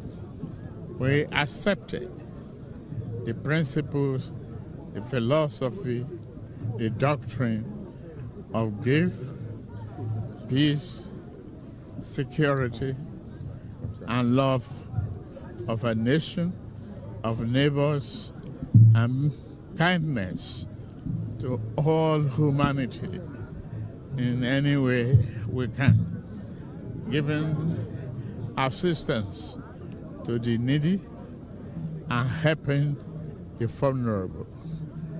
That is the teaching. The sacrifices that you've made, may God accept it. Is the question that we must continue not because of the Ramadan has come and is over. We thank Almighty God for giving us that month. But the teaching must continue even after Ramadan. We must. There you go. You heard it from the horse's mouth talking about the president, Bola Ahmed Tinubu. And of course, like I told you, we have another one from the governor of Osun State, Ademola Adeleke, wishing the Muslim faithful a very beautiful celebration. Take a listen. To the entire Muslim community of Osun State and Nigeria at large. I am your governor, the governor of Osun State, Senator Asiwaju Ademola Jacksonuddin Adeleke. We thank Almighty Allah for the successful conclusion of the Ramadan fasting. I pray Allah accept our prayers and fasting as an act of worship. I wish you happy Eid al-Fitr celebration. Please stay safe and enjoy. I love you, my people. Barakali Salah. It's short, simple, straight to the point. Like I told you, there's another one from former governor of Rivers State, currently an ADC, a chieftain, currently a presidential hopeful, Rotimi Amechi. Take a listen. My dear Muslim brothers and sisters, I greet you as you mark Eid.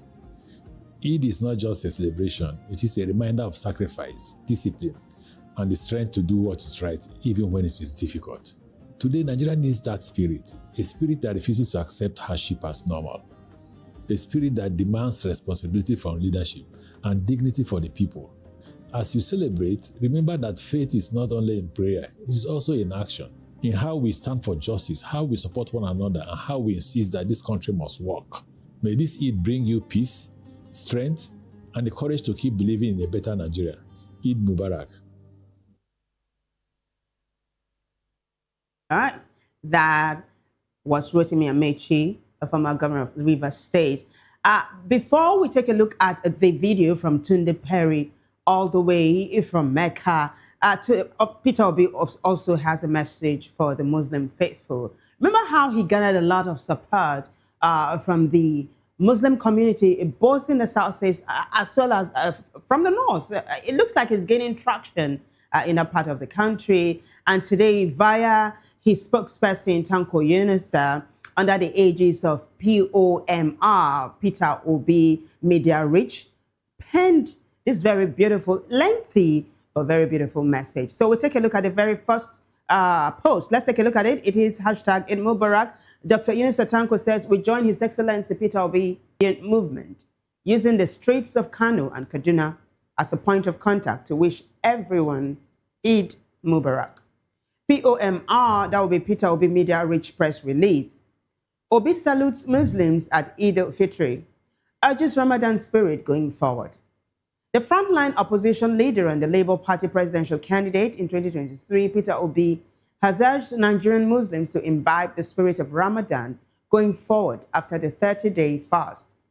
Obi, in a congratulatory message, or Obi in congratulating them for successfully completing the religious obligation in faith, said, quote, I join you with heartfelt joy as we celebrate Eid al-Fitr, the blessed festival that marks the successful completion of the sacred months of Ramadan.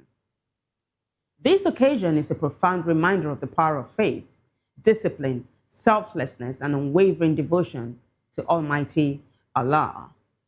And then he continues by saying, let's take a look at the next page. Throughout Ramadan, you have fasted, prayed, giving charity, and drawn closer to God, embodying values that inspire not only the Muslim Ummah, but every person of goodwill. These lessons of compassion, humility, patience, and solidarity must not end with the months.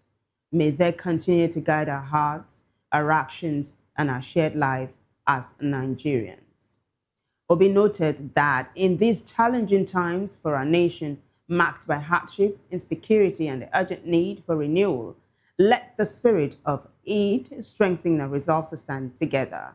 Let us extend hands of kindness to the vulnerable, promote peace across our communities, reject division in all its forms, and work tirelessly for a just, equitable, and prosperous Nigeria where every citizen thrives. I pray that Almighty Allah accepts your ibadah, forgives our shortcomings, showers His boundless mercy upon you and your families, and grants our beloved country lasting peace, security, healing, and progress. To the entire Muslim Ummah, may this Eid bring you immense joy, renewed hope, good health, and abundant blessings. May we all continue to build bridges of understanding, love, and unity as one people under God. Eid Mubarak, Eid Sa'ad. End of quote. Signed, Ibrahim Umar, POMR spokesperson. And then ends by saying Eid Mubarak. So we'll take a look at that video now. That Tunde Perry, by the way, is content creator, entrepreneur, and of course is a very, very popular comedian here in Nigeria. Let's take a look at the video from Mecca.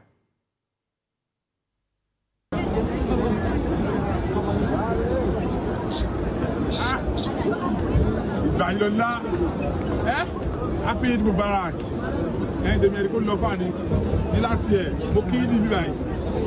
Lọ́dún lẹ́yìn Ramadan, àbúkí ìdìbí, olùkótó pínpín, ọmọ bá fi sọ́sára, èèyàn fi só, láti ẹ̀mọ̀, ọ̀ṣìnrí, àwọn ti tán, ẹwọ sáwọ́dí bó ṣe kún, ó lọ fọ́ ikú ní mọ̀sú, ló ṣe mọ́kò, nítàkìyà, ó tọ́ pínpín.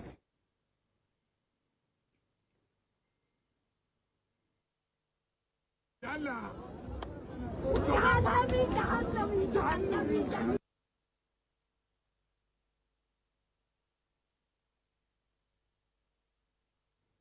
So Tunde Perry is saying that he was the same place he was there last year, and this year again he's had the privilege of being there, and look at how full it is. And I might add, very beautiful as well. And in a nutshell, he was wishing the Muslim faithful Eid Mubarak. Shout out to Adura for the interpretation.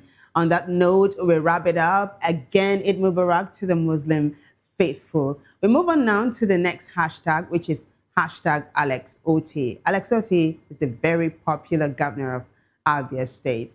So you remember how during his birthday this year, he promised to restore power supply or to restore power to a nursing school in the state. So this was what happened here. On his birthday, he was just moving around the state, and the nurses staged a peaceful protest to say, Mr. Governor, we know who you are. We don't have power supply. Please, could you restore electricity to our dome? And he said he was going to do it, right? We brought you that hashtag, and today we are following up to say, yes, as promised, he has fulfilled.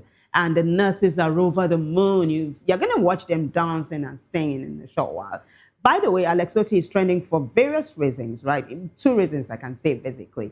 So the first one now is him restoring power to the nursing dormitory. There's a post that's going to, hook us up to the video. Let's take a look at the post first. It is hashtag Alex Oti.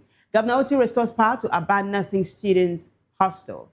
On his 61st birthday, February 18, students from Abbas School of Nursing pleaded with Governor Oti for electricity in their hostel. He promised quick restoration and upgrades, and despite a slight delay, power returned Friday, sparking joyful celebrations with hugs, songs, and glowing rooms.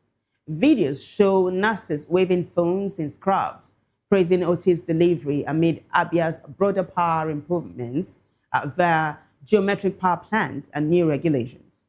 For these future health workers, reliable light, reliable electricity means safer studying and better focus. Take a listen, guys. We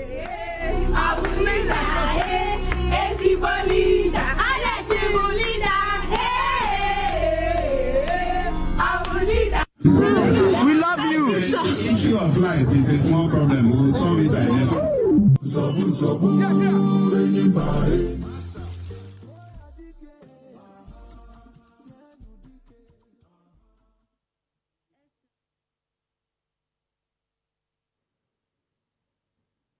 of Nursing Sciences, Aba Campus, is thanking you for what you have done for us.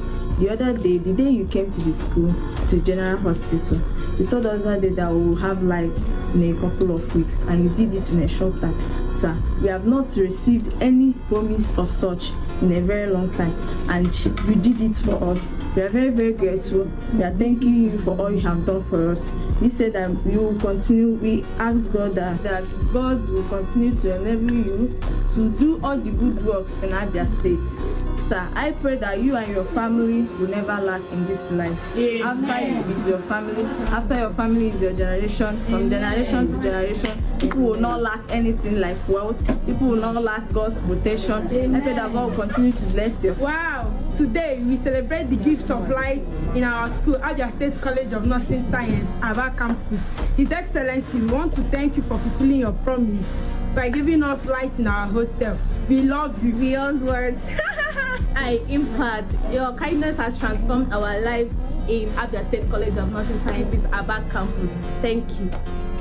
Thank God for our governor. The letter G in life means guidance. Our governor gave us guidance when there was confusion. Hello.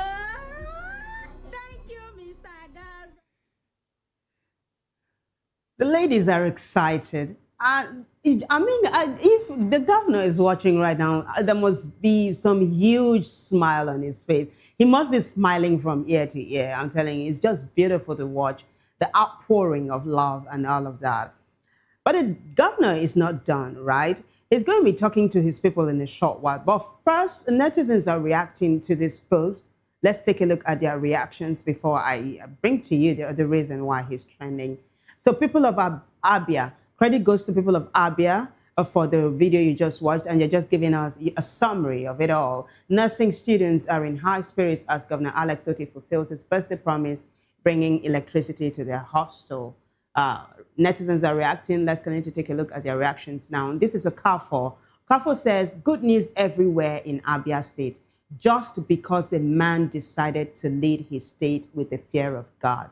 Alex Oti is God sent. The next one, this is Eve. Eve says, it's not about IGR, external reserve or fancy infographics. It's about what the people can feel. Chidi goes on to say, can we be rotating governors in Nigeria? Make some people taste Opeolo as others they taste Oti. Are you kidding me, Chidi? Well, he's referring to Monday Opeolo, the governor of Edo State. Well, there is another reason why the governor is trending, talking about Alex Oti. Let's take a look at the next post now to give you a sneak peek at it before I show you the video. It is Alex Oti. So Chuk says to the people of Abia State, this is your government, a government with no godfather, a government ordained by God. We have no choice but to work for our people. However, we are just getting started. The people have not seen anything yet. That is coming from Governor Alex Oti. That's a soundbite. Take a listen. Government. A government that has no godfather.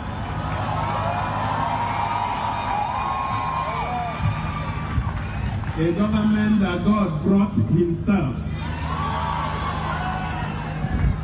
Therefore, we have no choice than to work for our people.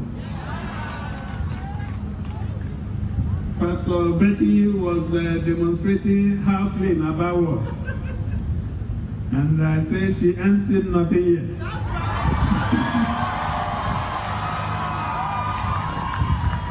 Because we are just starting, right? So there's still a lot to do. Umuahia is also wearing a new look.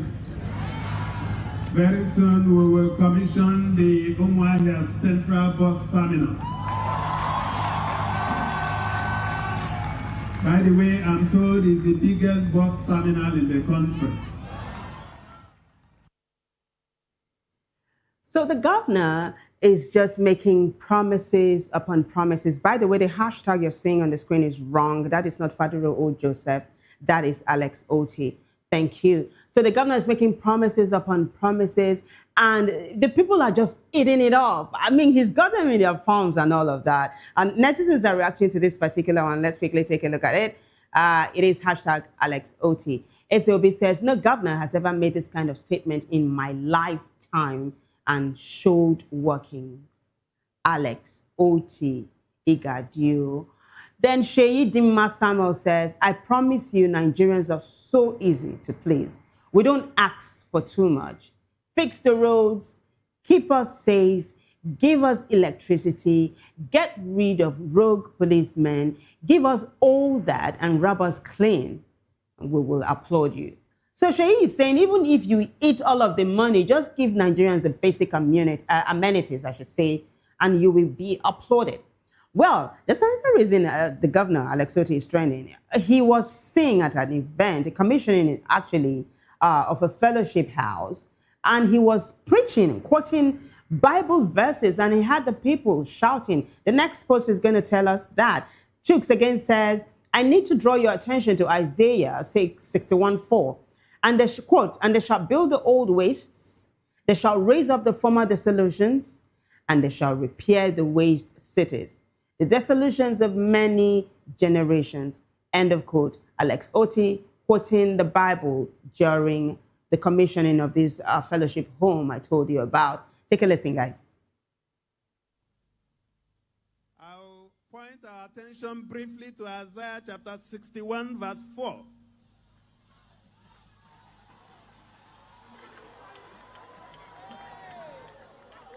And they shall rebuild the old ruins. They shall raise up the former desolations. And they shall repair the ruined cities, these desolations of many generations.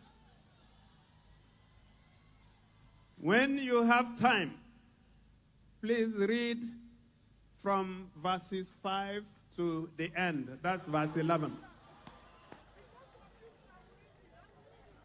And then as we do this, we are reminded in Nehemiah chapter 4, verse 7.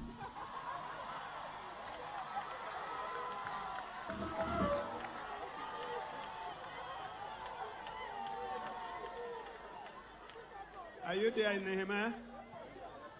But it came to pass that when Sanballat and Tobiah and the Arabians and the Ammonites and the Ashdodites heard that the walls of Jerusalem were made up and that the breaches began to be stopped, then they were very, very wroth. That they were very, very angry. So if you see some people speaking angrily, don't waste your time with them.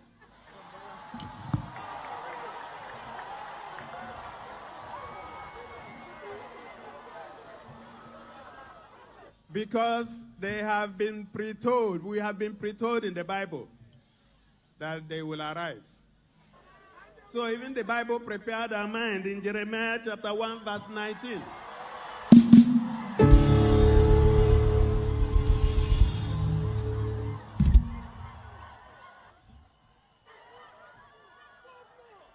So Jeremiah chapter 1, verse 19 prepared us. Because that passage said, and they shall fight against thee, but they shall not prevail against thee. For I am with you, said the Lord, to deliver you. So is there anybody who is afraid? Don't be afraid. If there is anybody who is worried, don't be worried. Because God is there. Preacher man Alex Oti, he's going to do so well as a preacher if he chooses to toe that line, I can tell you. But that's how it went down. Did you see Dr. Paula Nenche and, of course, Dr. Becky Nenche? Dr. Paula Nenche is the president and, of course, the founder of Dunamis Gospel International Center.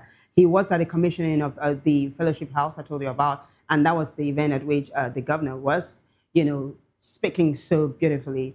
Netizens are responding. Let's take a look at their responses now. It is still hashtag Alex Oti. So the first one is coming from Phonomobile saying, Alex Oti's quote is powerful and symbolic, showing a commitment to rebuilding and restoring what has been neglected. It reflects a vision of progress and renewal, signaling hope and determination for Abia State's future. Indeed, when the righteous rule, the people rejoice. As Jude as I am says, I beg, make them leave the title of Sambalat for the red chamberman and Tobiah for the green chamber, one of the leaders of the Southeast man. Other politicking critics can share the Arabian, Ammonites, etc. titles. Guys, as Jude as I am has said a lot, I will just leave you to unpack it yourself. Well, Peter Obi's trumpeter says, my governor, Pastor Alex Oti.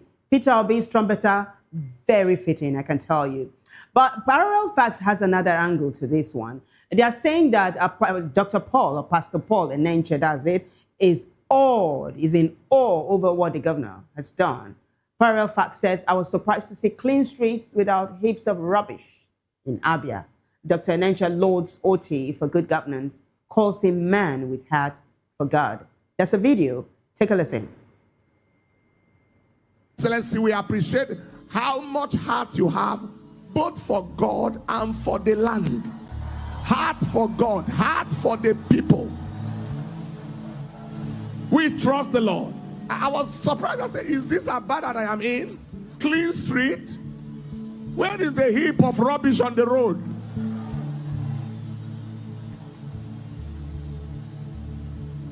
Where is the heap of rubbish on the road? Where are they? None. I even saw water fountain at the roundabout. Hey! Wave your light and let us receive His Excellency, Dr. Alex Oti, Executive Governor of Abia State, to welcome us and welcome you. And what a beautiful way to honor the governor who is walking the talk. I mean, and it's happening in his lifetime. He's saying that the people are appreciating what he's doing. And according to him, it's not going to stop that. This is just the beginning. And what a way to wrap up hashtag Alex Oti. On that note, we move on now to the next hashtag, which is hashtag Faduri O. Joseph. Faduri O. Joseph used to be an obedient movement, or a member of the obedient movement. He once upon a time contested for the post of the president in Nigeria under the Labour Party. But before the primaries, he stepped down for then Labour Party presidential aspirant Peter Obi. Today, Joseph put up a post and a video saying that this time around, he's not stepping down for anybody. He's going to contest for the position of the president. He wants to give President Bola Tinubu a run for his money because he's saying that Nigerians deserve a young president. And netizens, for some reason, are agreeing with him that, yes, we want a young president. But some are saying that, do you have the structure for what you are aiming for? Others are saying, how much can you spend? Others are saying, I don't know you. Can you tell us more about yourself? But before we take a look at their responses, let's take a look at the post that's going to lead us to the video and then the responses.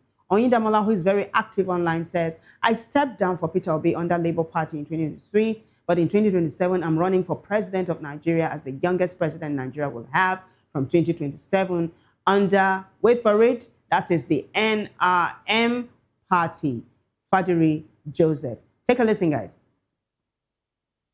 Before you today, with humility, with courage, and love for our great country, to formally declare my intention to run for the office of the President of the Federal Republic of Nigeria in the 2027 general elections under the platform of the National Rescue Movement Party, NRM. After deep reflection and thorough consultation, I have resolved to join the race for Aso Rock because our country is bleeding and our nation must be rescued at this critical time in its history. Allow me to introduce myself to Nigeria. I am Faduri Oluwadare Joseph. I was born in Ikwetu Ijesha, Osun State, to a great father. He was born in Osun State, and he's gunning to be the youngest president Nigerians have ever had. Netizens are responding. Let's quickly take a look at their responses to other hashtags. It is hashtag Faduri O. Joseph. The responses, let's take a look at them. This one is coming from Dairy of Freshness. And Freshness says the only real question about Faduri is whether he has enough time, structure, and conviction to build it before election day. More reactions. Joe Karsh says, I like what I'm saying, but first I need to know more about you. Blink said it's good that he's coming to declare his ambition. We need a young and vibrant person. Ashiwaju Sahid Olawale Salami says, how much is this young man willing to spend on his presidential ambition? So it looks like in Nigeria, it's all about the Benjamins, right? They're talking about the money. But we keep our fingers crossed and we wish Faduri O. Joseph all the best. Remember that it was during the tenure of a former president, or the late President Muhammadu Buhari, that the not too young to run bill was signed into law. It is on that basis that Faduri is able to run. And of course, like I said, we wish him all the best. We quickly move on now to the next hashtag, which is hashtag Ihalo's mother, talking about former Super Eagles, Ojo Ihalo. I don't know why we still have that thing on the screen, but we are doing the next hashtag now, and it is hashtag Ida Ihalo.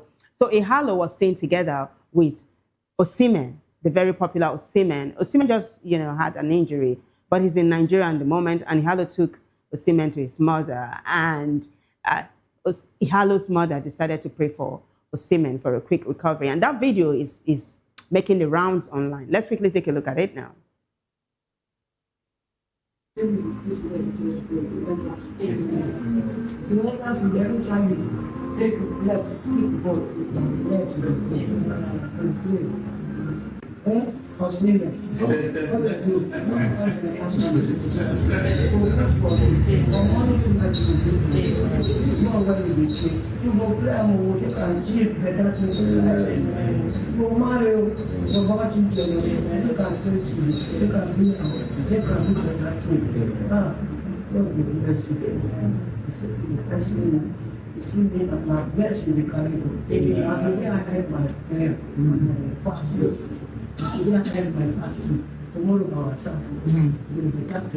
Amen.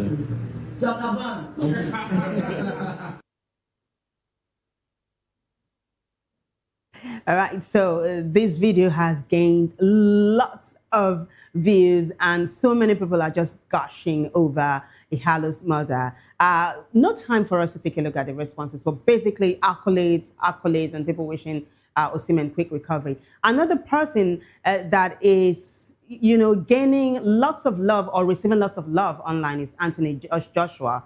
You remember how last December, towards the end of the year, Anthony Joshua was in a ghastly accident, lost two of his friends. One of them was named Sinner. Well, Anthony Joshua decided to celebrate Sinner's mother and brought a singer to the house to dance with her and just, make her feel happy. She was crying all through. Let's quickly take a sneak peek at it before we wrap up the show today. Anthony Joshua.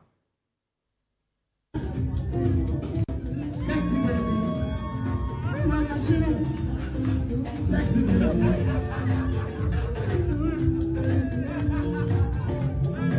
Mama Shina, sexy baby, pretty baby, sexy baby.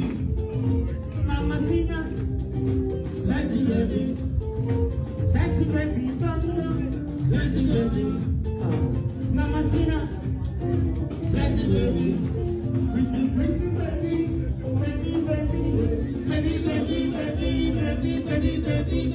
baby. You are the that I you. Mama Shina, see pretty baby, baby.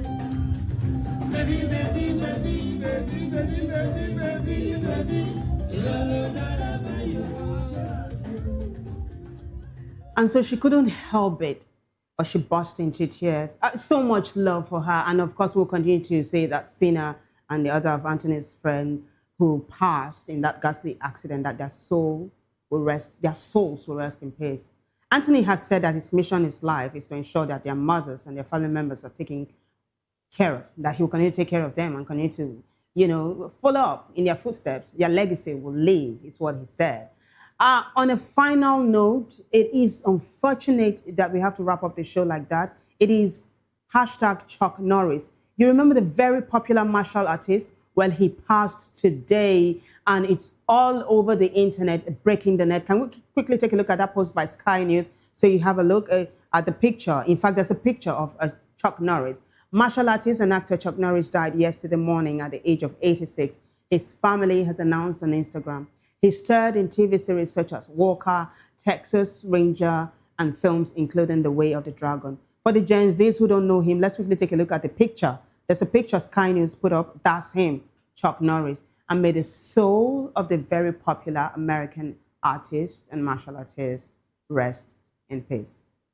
On that note, we wrap it up. Okay, well, that's him. That's him talking about how he almost died on set way long ago. Unfortunately, we don't have the time to take it. We've got to go. But we say, may his soul rest in peace. I got to say thank you. Massive thanks to everyone who contributed to making the show a success today. But the bigger thanks goes to you guys for watching. Keep it again with us, same time, same station, for another edition of Hashtags next week. Until then, I am Vivian Oguche, and bye for now.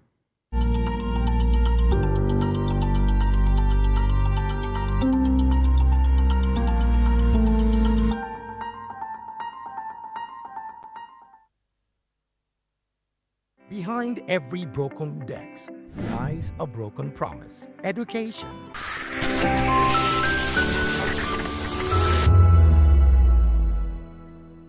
Welcome to the locker room, the home of football talk that matters. I am Jerry Arpelon. Join us every weekday, Monday to Friday at 5 p.m. Nigerian time, as we share the hot takes and hot debates in the exciting world of football. And joining me are the usual suspects, Ikechukwu and Mayowa, as we break down all the hot takes and everything that's happening in the football. Don't just watch football, live it with us. Catch us on the locker room and Voice of the People television at 5 p.m. Nigerian time. And like I always say, if not 20 minutes off, please the sport. And it's Hakim Ziyech who puts the Join us as we drive into the world of politics through insightful interviews with prominent political figures, both serving and former governors, ministers, senators, legislators, party chieftains, activists, and analysts. Get first-hand information into the decision-making processes that affect our daily lives. Highly engaging 1-hour program that brings political discourse into focus.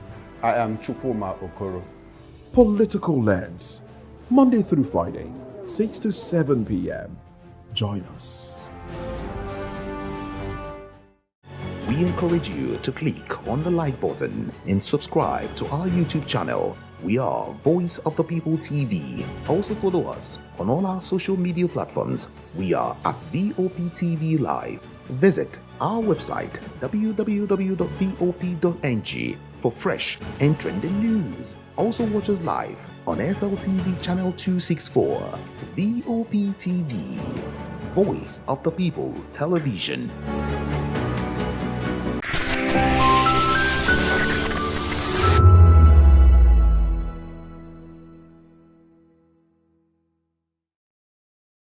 In a world brimming with noise, only few rise above, clear, unapologetic, and unforgettable.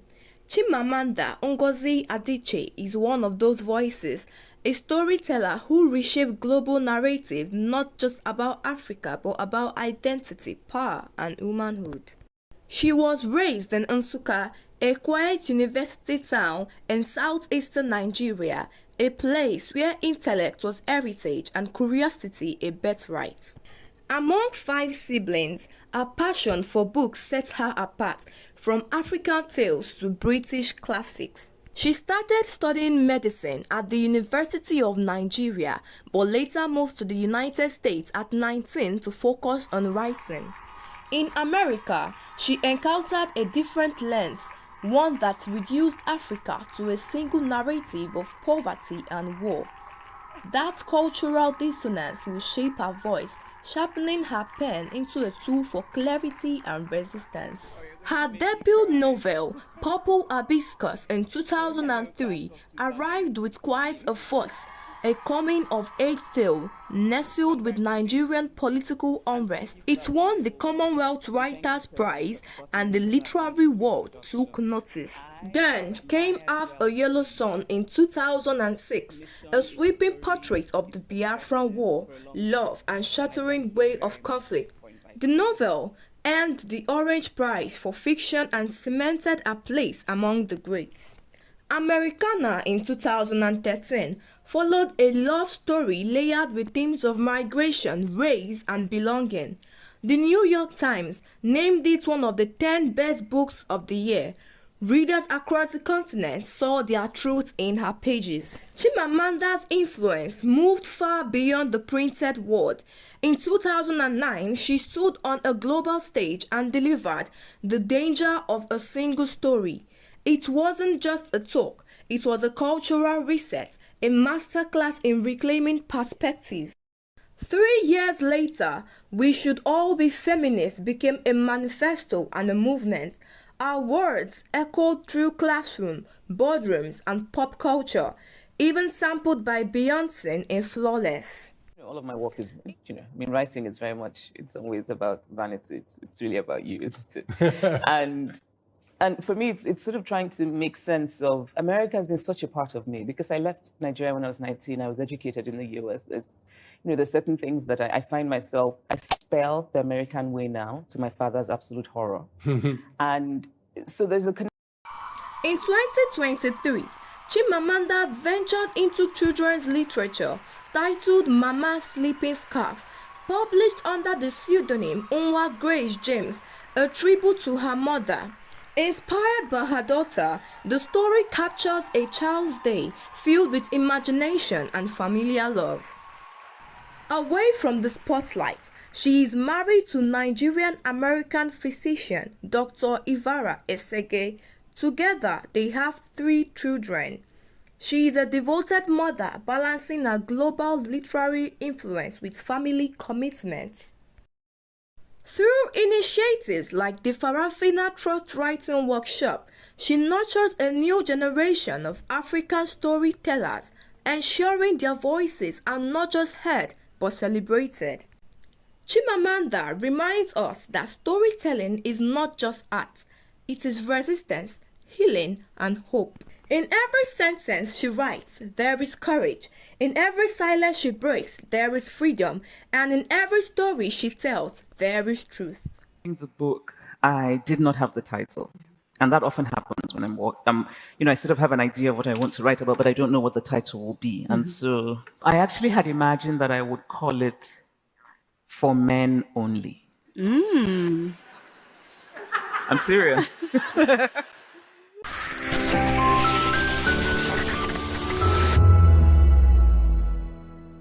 The red carpets, awards, the razzmatazz, music, fashion, interviews, and more. Spotlight on Voice of the People Television. Let's feed you with all the juicy stories in the global entertainment space, bringing you the glitz and glamour as it is hot. Stay tuned to Spotlight, 1 p.m. Monday to Friday. Spotlight on VOP TV. Entertainment like never before.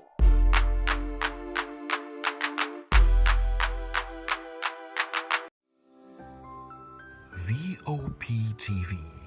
Now, you have more than a voice.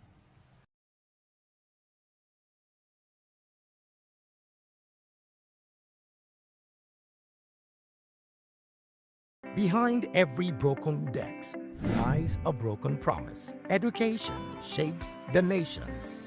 But who is asking the right questions? Introducing Edu Dialogue, the show that goes beyond the surface, exposes the cracks, the corruption, and the silence in Nigeria's education system. Edu Dialogue, Saturdays, 3 p.m., only on VOP TV. We break the biggest stories, from missing funds to policy failures. We ask the tough questions and demand real answers. Edu Dialogue, this Saturday, 3 p.m. on Voice of the People Television. VOP TV. Now, you have more than a voice.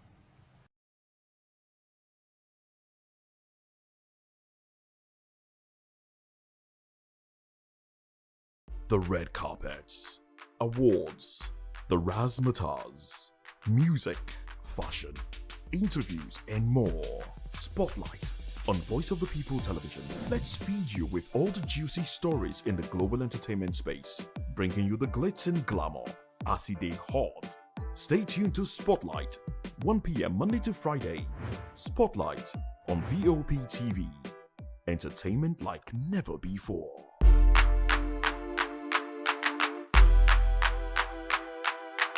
Why say so? Hi everyone, it's your girl Miriam Tima from the Real Housewives of Lagos and the Real Housewives Ultimate Girls Trip Africa. Shout out to VOP, the voice of the people. You already know. Stay tuned, keep watching. And don't forget, VOP is the best. Alright, hello, it's about that shagging the man fine back with Melanie Poppy Black Skin Boy. This is VOP TV. If you're not watching VOP, I don't know what you're watching. Maybe you're watching your weight. Bye. Hello, beautiful people. This is Wale Ojo, and you're watching VOP, Voice of the People. Hi, guys. You already know who it is. This is New Energy. Flyers boy ever live. Keep watching VOP TV. Thank you. Hi, people. Ginny Albano here. Guys, please keep watching Voice of the People.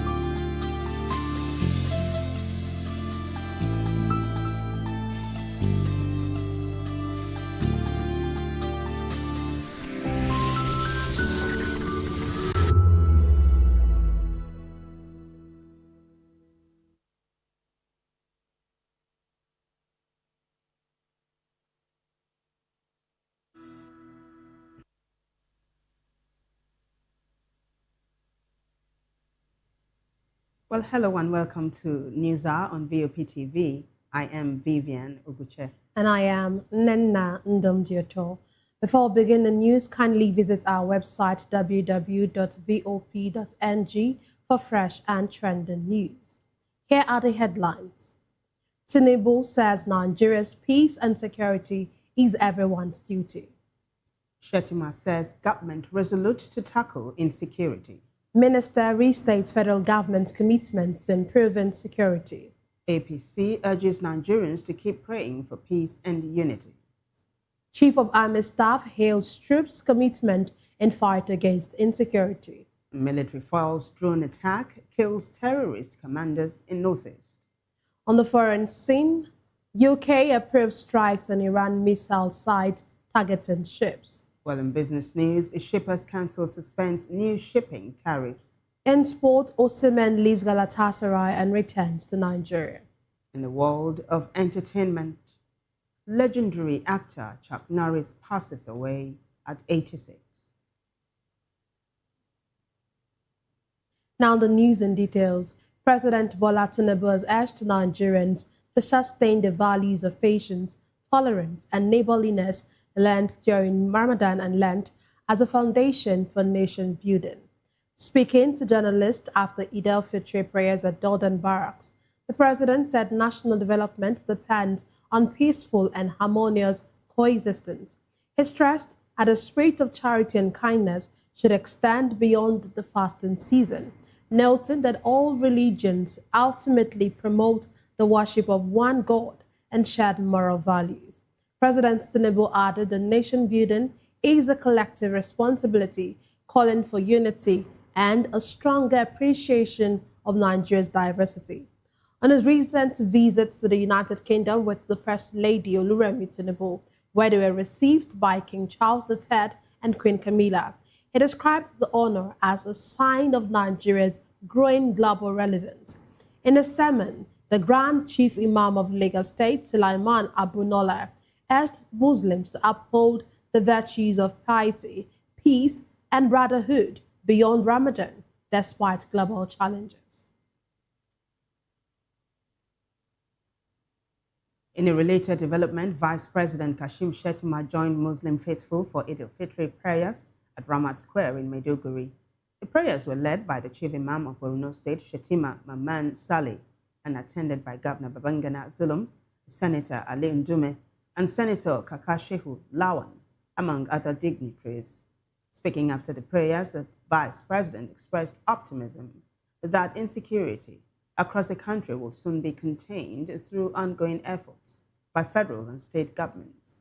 He also called for national unity, noting that the overlap of Ramadan and Lent offers a time for reflection. Vice President Shettima commended the people of Borno State for their resilience and commitment to peace and progress.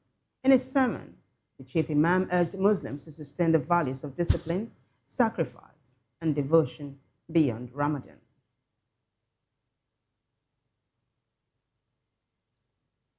This next report says the Minister of Information and National Orientation, Mohammed Idris, has urged Nigerians to remain calm as the federal government intensifies efforts to improve security nationwide.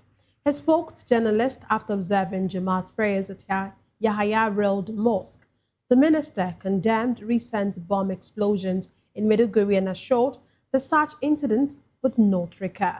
He also called on Nigerians, regardless of religion, to unite for national development and stability.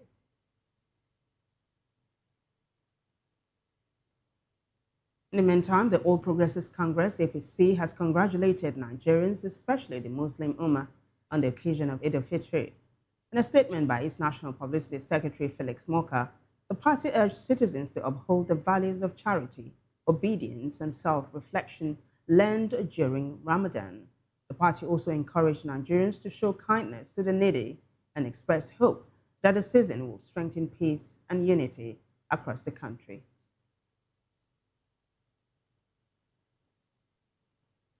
Still on Eid al-Fitr, here in Lagos, Governor Babajide Sowore has congratulated Muslim faithful and in Lagos and across Nigeria following the completion of Ramadan.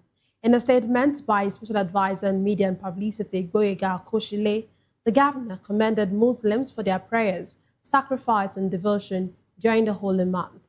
He asked them to sustain the values of peace, compassion, generosity, and support for the vulnerable. Governor Sowore also called on Nigerians to pray for peace, unity, and stability, and to work together for national development. And as Muslims around the world celebrate Eid al-Fitr, the Sultan of Sokoto and the federal government of Nigeria have called for unity, peace, and compassion among citizens. The celebration marks the end of the 2026 Ramadan fast, a period of reflection, sacrifice, and devotion for the Muslim faithful. VOP TV's Matthew Ogunswada reports. The Sultan of Sokoto, Alhaji Muhammad Saeed Abubakar, has declared Friday, March 20, 2026, as the first day of Shawwal, marking the celebration of Eid al-Fitr across Nigeria. The announcement follows the non-sighting of the new crescent moon, signaling the end of the holy month of Ramadan. The Sultan congratulated Muslims nationwide on the successful completion of the Ramadan fast, urging continued prayers for national unity, peace, and development. Meanwhile, the Minister of Interior, Olubunmi Tunji-Ojo, has called on Nigerians to celebrate responsibly and extend acts of kindness to the less privileged. Eid al-Fitr, a festival of gratitude, reflection, and generosity, holds deep spiritual significance for millions of Muslims, marking the end of a month of fasting, sacrifice, and devotion. Voice of the People TV spoke to Nigerians on the significance of the celebration and what it means to them. Eid al-Fitr is the celebration that marks the end of Ramadan, and it is a celebration for us to improve our spiritual growth, give alms to the poor, giving sadaqah to the poor. And we also go to the mosques to Eid to celebrate the end of our Ramadan fasting, where we pray to God to ensure peace, unity in the country. We also celebrate by having food. We have feast with our families. We share love and joy among ourselves. We thank God for this Eid al-Fitr that met us in good health. And to those that are still struggling to survive in one way or the other, we pray that next year it will be better for them. So we pray that this time around, by the time we are celebrating this another Eid al-Fitr, Nigeria will be better off. Presently, many of us are having difficulties due to this petroleum issue, but we pray that by next year it will not be so. So we wish our Muslim brethren a happy Eid al-Fitr, all their families, and we that are celebrating with them, we pray that God will secure us till next year. Alhamdulillah that we started and this is the end of the Ramadan. So the benefits of Ramadan is we all seek for forgiveness. We pray Allah forgive every one of us because each time we commit sin, so we pray for forgiveness. Then after Ramadan, we are to go to Eid, and that is we crown it all. Everything is just to say Astaghfirullah, and the advice I give everyone is after this Ramadan, we should continue good things that we have been doing. We should set aside all the bad things we have been doing, and we should even forget about it. We should not go back to the bad things that will make us commit more sin. So it's as if we have bads and we are clean. So thank God, and as well, it's a time to pray for Nigeria, and at the same time, the government should also secure the mosque, the churches, and everywhere people are gathering. Because people that terrorists always want to take advantage of the gathering of many people to be able to kill a lot of people. So they should equip them, they should not be carried away by the fanfare. As Muslims in Nigeria join millions across the world to celebrate Eid al-Fitr, the message remains one of peace, love, compassion, and forgiveness for all. Matthew Ogunswada, reporting for Voice of the People Television. Thank you very much, Matthew. The Chief of Army Staff, Lieutenant General Wike Shaibu, has commended troops of Joint Task Force Operation Enduring Peace for their resilience in tackling insecurity in Plateau State. The Army Chief gave the commendation during an Eid al-Fitr luncheon with troops in Jos, represented by the Chief of Administration, Isa Abdullahi. He said the event was organized to honor troops for their sacrifices toward a peaceful society. He also assured improved welfare for personnel and their families, noting that welfare goes beyond the provision of equipment. Earlier, the commander of the Joint Task Force, Folusho Onilola, thanked the Army leadership for the initiative. He also paid tribute to officers and soldiers recently lost in operations, said that it would not deter the men from the ongoing fight against insecurity.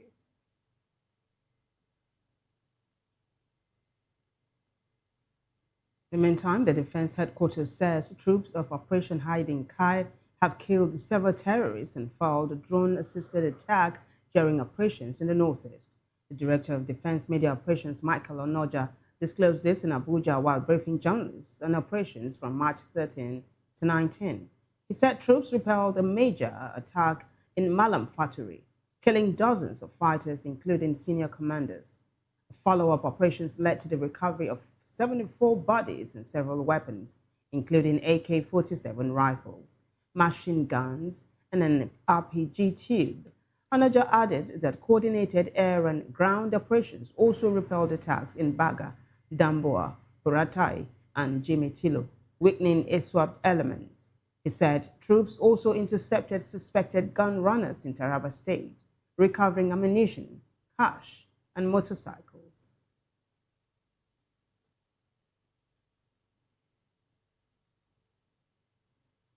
In the meantime, concerns over insecurity in Nigeria continue to grow, with communities across the country facing persistent threats from insurgency, banditry, and kidnapping. Despite increased defense spending, many Nigerians say the impact is yet to be felt as lives are lost and millions remain displaced. Fresh attacks in Maiduguri have added to the toll, raising questions about what more can be done to address the crisis. VOP TV's correspondent Matthew Ogunswada reports. Across several regions of Nigeria, communities continue to grapple with insurgency, banditry, and kidnappings, raising fresh concerns over whether increased defense spending is truly translating into improved safety for citizens. The security crisis shows no clear signs of abating in 2026. Reports indicate that no fewer than 1,091 lives have been lost to violent attacks. Additionally, about 3.7 million Nigerians have been displaced, now scattered across nearly 3,900 camps nationwide. In recent developments, at least 23 people were killed and 108 others injured following a series of suspected suicide bombings in Maiduguri, one of the deadliest attacks in the Borno state capital in recent times. These troubling figures continue to raise a critical question: what can be done to end insecurity in Nigeria? Responding, Nigeria's Vice President Senator Kashim Shettima restated the federal government's resolve to defeat terrorism, declaring that those behind recent attacks in the country will be decisively confronted. As Voice of the People TV, we sought the opinion of Nigerians on this growing concern. The federal government, that's one of their major role in keeping the safety of Nigerians, as in they have to be very, very, very active in keeping the safety of Nigerians, because that's one of their major priority. So, and again, as we individual, you have to be very, very vigilant. If you see someone that is not familiar with in your area or in your environment, you have to alert the security operations, because you can see if sometimes you might be in your street and you see some new strange faces around you. So when you see such thing, at least you can call the security or maybe the vigilantes in your area. So with this, we can be able to curb the insecurity in our area. The government should step up its action against it. Especially, I believe that the government has the capacity to do that. There was a time they were talking about state police. They need to hurry up in this issue of state police to equip them effectively, because the state police are people that will be taken from the indigenes, people that are familiar with the terrain. So these kind of people can easily understand what's going on around them. They can easily arrest the situation, because it has gone to the level that the insecurity issue cannot be downplayed. Everybody is feeling the pains here and there. The security is a major issue that I pray that our president and his men will be able to tackle, so that Nigeria be more safer. Because without insecurity, the economy cannot really move. And without insecurities, nobody can be at peace. Without insecurity, even government itself will not be at rest. So we pray that sincerely this government will have the courage to tackle the insecurity aspect. Once that is settled, I know Nigeria will be better. As the nation continues to seek lasting solutions, many hope that decisive actions will be taken to restore peace and safeguard lives across the country. Matthew Okunswada, reporting for Voice of the People Television. Matthew, again, thank you. Well, joining us virtually to analyze these stories is Somi Uranta. Somi is a philosopher and an author. And Somi, after such a while, it's such a pleasure to welcome you. Welcome. Thank you very much. Good evening. It's good to have you. Eid Mubarak. That's the great thing that's flying around right now. So President Tinubu talked to journalists at Dodan Barracks today after the Eid al-Fitr prayers. And he said that nation building is a collective responsibility. He called for unity and stronger appreciation of Nigeria's diversity. But he also talked about his recent visit with the First Lady to the United Kingdom, where they were received by King Charles III and Queen Camilla. This is what the president said, that it was such an honor. He described the honor as a sign of Nigeria's growing global relevance. So I'd like for you to tackle these two topics. Eid Mubarak, Eid al-Fitr, and of course, the president's trip to the UK. Well, I also join everybody, Nigerians, to wish our Muslim brothers, happy Eid al, what again? It is Eid al-Fitr. Happy holidays. Yeah. Happy holidays to our Muslim brothers. And I hope that the fasting period that coincided with the Lent for the Christians will actually culminate into something that will be transformational, for all of us. Because there's no point, oftentimes in Nigeria, we are quite a religious people. Every time we always talk about how much love we have for God, we show our love for God. But God actually is not interested about the love we have for Him, as much as His interest is in the love we have for our fellow human beings. So those who are always talking about loving God, doing this for God, doing that for God, they should please translate it to loving their fellow men, because that one is measurable, that one is quantifiable. Then as for the president's visit and his return from Windsor Castle, the meeting he held with the reception and all that, in London, I would say that that visit was uncalled for, following the situation of things here in Nigeria. And again, even the deal they signed there, where they were going to take loans, again, forcing Nigerians unborn, generations unborn, to start paying debts they never knew about. So all this whole thing, does not show good leadership. I expected the president to focus on Nigeria, trying to solve this security problem, because at the eve of the travel was the day about 20-something people, were killed in Borno State, and about 100 and something, were injured. So I do not see how important, such a visit will be compared to the lives of, even if we take that conservative number, 20-something Nigerians dying, and then the Minister of the NSA, the Minister of Defense, all the top shots, ministers, all of them, the president, all of them travel out, for a jamboree. It does not show responsibility, does not show leadership. These are the things this government were attacking the former government of Jonathan, the PDP, that they were behaving in this manner, that they were uncaring about the people. And coming into office, this is exactly the way General Buhari too late was also behaving. So we think that when a Democrat, a supposed Democrat, becomes the president, that we expected something different. But we are not seeing that. So I just pray that now that they are back, let them focus on two things: giving Nigerians a reason to be alive, a reason to keep hoping on democracy and swing for democracy, and being alive itself. Because these people cannot continue to kill our citizens, and we keep on, asking people to make sure they get them. They must be. Which book are we even putting their names? The book must have been filled up by now. But thousands of Nigerians are dying. So it's unfortunate.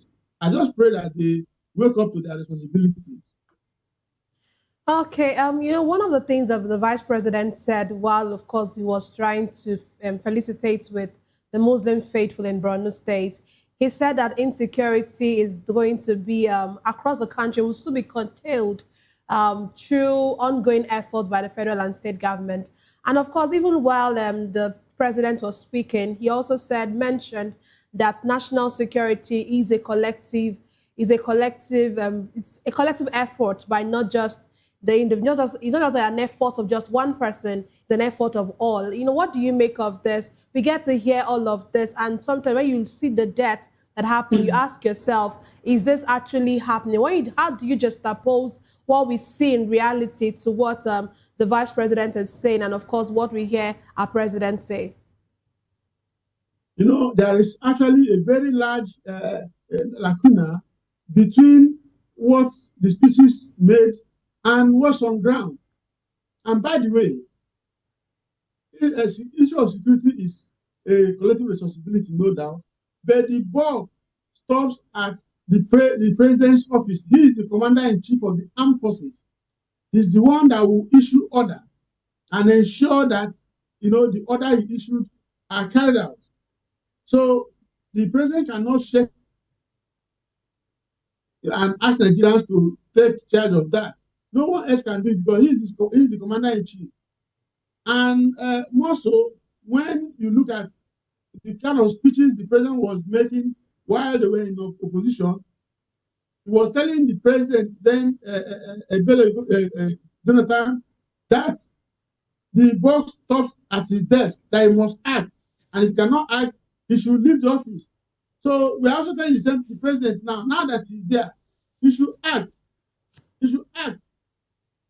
Nigerians, the number of Nigerians that are dying now cannot be compared with what was happening at that time under Jonathan. And he couldn't stomach it. So we Nigerians cannot stomach this kind of situation.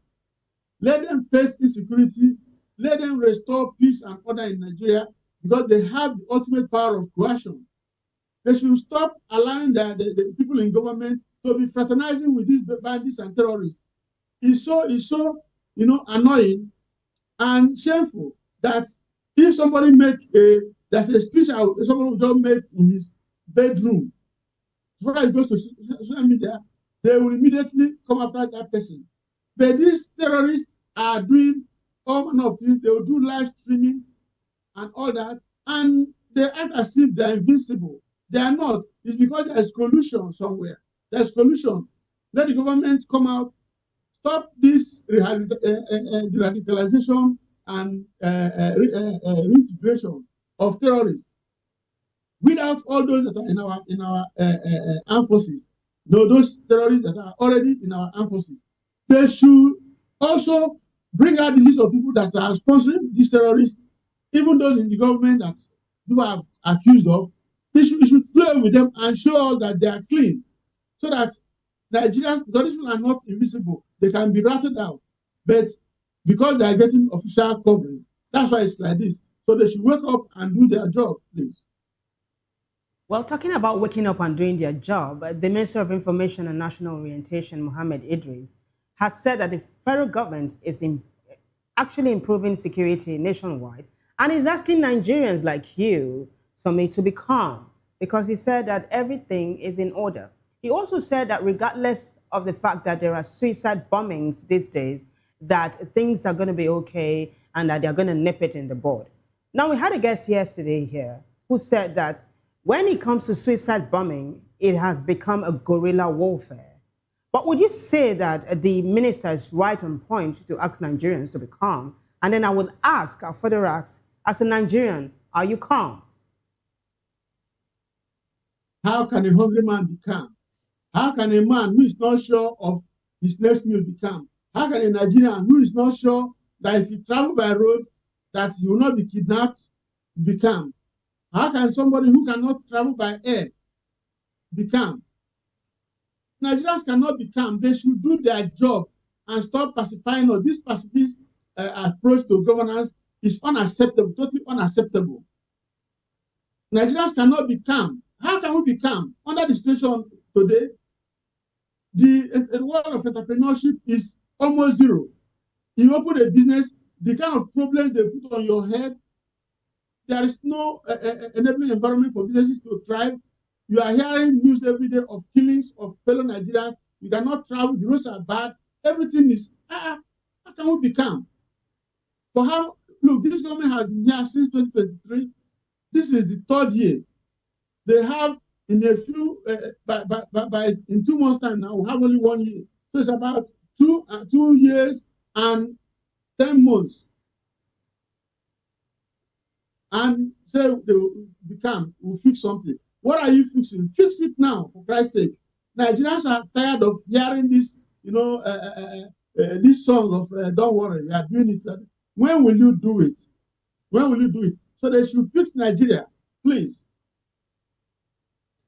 Okay, of course, still on the Tree celebrations, the All Progressive Congress has congratulated Nigerians, and of course, they've said that the Felix Moka, who is the National Public Secretary, is saying that he's urging citizens to uphold the values of charity, obedience, and self-reflection. But I want to ask you, Uranta, you know, most of these people, every time we get to hear speeches like this, and it looks like Nigeria has, when it comes to religion, we have a lot of Nigerians are very, very religious. And every time these celebrations come up, we get to hear all of these speeches. Do you really think that we get to reflect some of these things that are being preached in these religions that we practice as Nigerians, as a country, even from the top to the bottom? Nigeria, I'm glad you say Nigerians are quite religious and not spiritual. That was why I started by saying that, look, who, as a religious society, people always talk about their love for God, but they are unable to translate that love for God to man, because it's not about God. This earth is not about God; it's about man. Even God that created the earth say, "I have created the earth and I've given it to the sons of men." This is the playground of men, human beings. So they are talking about God, God, God. They cannot take care of this earth. We have, look, the part of the world we occupy, we have made a mess of it. In spite of all the resources God has deposited in this place, both human and material, resources, up and underground, we have messed up. We have been unable to actualize the potentialities that God has endowed, the universe has endowed us with. And we will keep talking about religion. What religion? The people who have been looting the coffers of Nigeria, those who have been killing Nigerians, those who have been doing all manner of things, truncating democratic ideas and principles. All these people, go and check them. They're either Christians or Muslims. A few of them may be indigenous worshippers. But the Christians and Muslims, they have not shown anything to make somebody who does not belong to any of these faiths to want to, get converted. Because they have shown a very bad example of what, a Christian or a Muslim would look like. So they should stop all this whole thing. This platitude is not working for Nigerians. We want practical solutions to our problems. Nigerians are hungry. Nigerians are tired of all this news. We want a working society. And it's a shame that what is available, we cannot optimize it. We cannot utilize it for the good of all. The few ones that are able to scrap out, a lot of people in authorities loot these resources, hide it in different places, and they're looking at their brothers dying in hunger and poverty, and they're calling on God. What God are they talking about?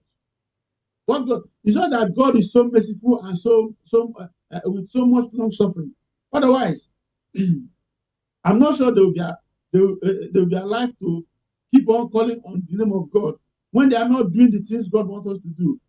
Do unto others as you want others to do unto you. That's the golden rule, and it cuts across every religion. But here in Nigeria, it's the opposite. We do to people what we never want to get done to us. But let me tell them, let me sound a note of warning to them. Whether they like it or not, whatever you have given out will come back to you. You cannot spit into the heavens without the thing pouring back on your face. Life is a mirror. Whatever you show to it is what it will reflect back to you. So the fact that it might be delayed, but justice must come. Justice must come. Because these are principles of life. Well, talking about life being a mirror and justice coming, the Chief of Army Staff is hailing troops' commitment in the fight against insecurity. In fact, Lieutenant General Wike Shaibu has said that the troops of the Joint Task Force operation during peacekeeping generally, that they are doing well. My question to you is this true? Are the troops doing well? And would you say that if they are doing well, it is because they are in collaboration with the Americans? Well, we want them to do well. The fact is that the military hierarchy should ensure that they take care of those, soldiers at the forefront, at the battlefield. It's annoying and it's against the principle of nature and natural justice, fairness and equity, for you to take people and you put them out there at the war front, put them out there to be killed. When you go back, some of the people in the system, at the hierarchy, will go back and be fraternizing with these people. So you make our people, our soldiers, become cannon fodders. Because you cannot be asking them to go and fight and kill these menacing terrorists in one breath, and another breath, some of you guys are going to also negotiate with them. Sometimes even pay money for them to release people. By so doing, you are enabling them, emboldening them, give them more funds to buy more equipment, to pose more dangers to these people.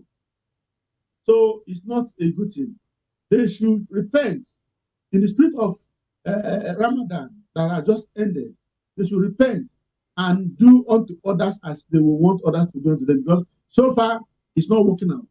It's not. Well, thank you very much, Somi, for your analysis. Thank you so much. Thank you for having me. Yeah, thank you. We'll take a break now. When we return, we'll bring you more stories to stay with us.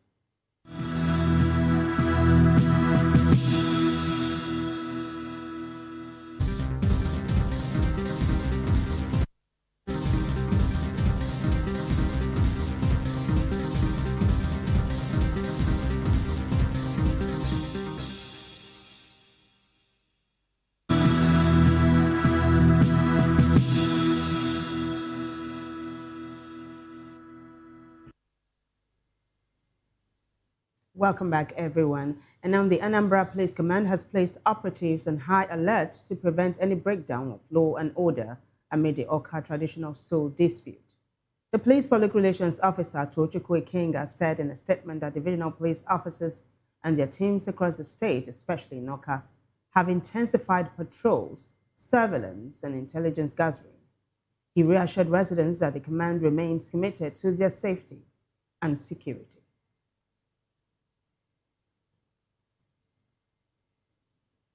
Away from that, the civil rights concern has called on world leaders across Anambra State to closely monitor the use of funds allocated to primary health centers in their communities. The director of the organization, Oke Onyeka, made a call at a recent sensitization program for world leaders and primary health stakeholders held in Oka. Our correspondent, Ndo Okbaleze, tells us more. Oke Onyeka of the Civil Rights Concern revealed that under the Basic Health Care Provision Fund, each of the 328 qualified primary health centers in Anambra State can access a quarterly fund of over 300,000 naira. The money is not adequate, he admits, but said it could go a long way if properly managed and put into use. Onyeka regretted that most community leaders are either not fully aware or nonchalant about the fund, which trickles in from the federal government, and charged them to work in concert with the officers in charge of the primary health center for maximum benefits. The Basic Care Provision Fund was set up by Section 11 of the Nigeria Health Act 2014, principally to make sure that every individual, no matter how poor or vulnerable, has access to quality medical care in this world. And so the federal government has really set up that fund, which is 1% of Nigeria consolidated revenue, to make sure that when the funds are sent to the primary health care centers directly and acquire direct facility funding, everybody can have access to at least the basic health care services. What we are trying to do is to build, to sensitize the community people around it and all other stakeholders, civil society organizations, that they should engage with this management of this fund in their primary health care centers. And then the importance of the WDC in the whole entire process is to make sure that there is adequate community representation in that. And that's why we're talking about that the WDC is like a bridge between the community and the health facilities, to bring in information from the community to the health facilities, and information from the health facilities to the communities. And that's why we're also saying that they should report quarterly to their PGs, community town union leaders, and the community women leaders, updating them on what is really happening around the health facilities in terms of drugs, in terms of funding, in terms of the ordinary needs that the PSC requires.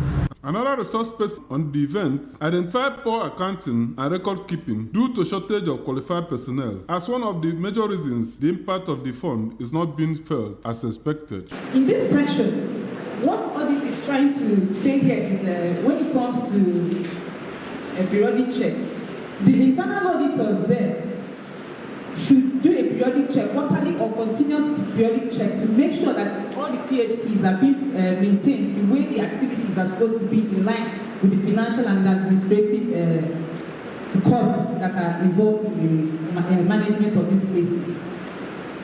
Secondly, administrative activity involved.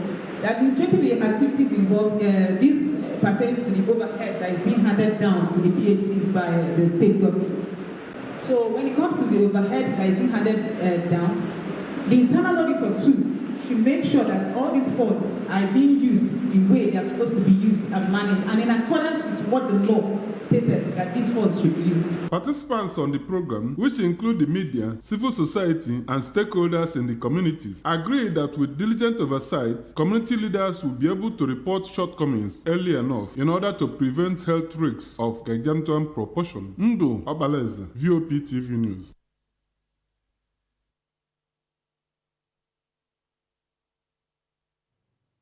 Undu, thank you. Elsewhere, residents and traders in Irua are optimistic about the boost to local commerce as Governor Monday Opolo of Edo State advances the construction of a 700-shop ultra-modern market. The project is being hailed as a long-awaited transformation for the community. Now, correspondent Rhoda Johnny has details.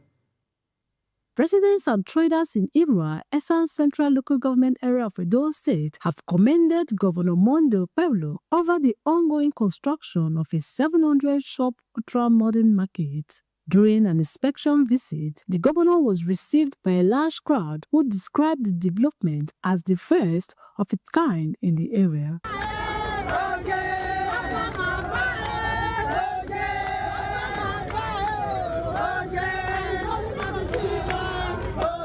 The 700 lock-up shops are expected to boost commercial activities and improve livelihoods for traders and residents alike. Very fine, no. We like na good to our area. So inshallah, na God go bless Akpako Musa. Na God go bless her the day, go the bless her the night, go the bless her the noon. Now God everlasting joy. As He brings joy to us, that is how God will give Him joy in Jesus' name. I like him. We like her with the president. God will give her power. Coming election, He will still come back again. And so we thank God. Stakeholders said it would expand trading skills, create jobs, and strengthen the local economy, while residents and petty traders told reporters they were excited about the project and looked forward.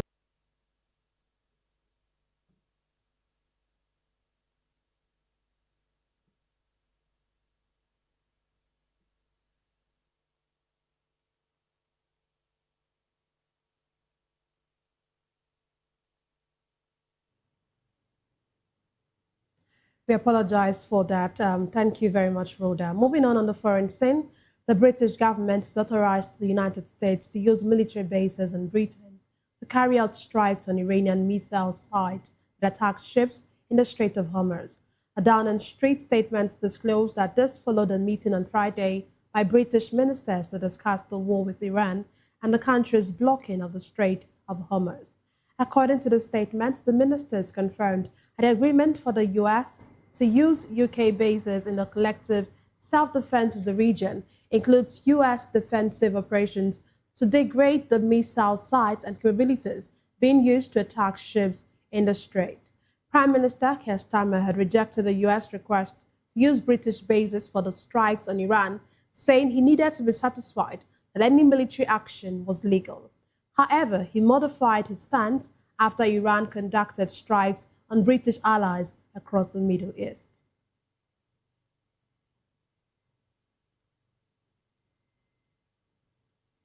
Meanwhile, the North Atlantic Treaty Organization says it has withdrawn all its troops from an advisory mission in Iraq as the repercussions of the Iran war spread across the Middle East. In a statement on the withdrawal, NATO's Supreme Allied Commander, Europe, US Air Force General Access thanked Iraq and all the allies who assisted the safe relocation of NATO personnel from their country. A NATO official disclosed on condition of anonymity that the exercise amounted to several hundred troops. In recent days, several countries, including Poland, Spain, and Croatia, have announced withdrawing troops from the Middle East, citing the conflict in Iran and the wider Gulf region. However, NATO said its mission will continue from a military headquarters in Naples, Italy. It explained that the mission does not have a combat role, but only focuses on advising Iraqi security forces and helping them build up their capacities.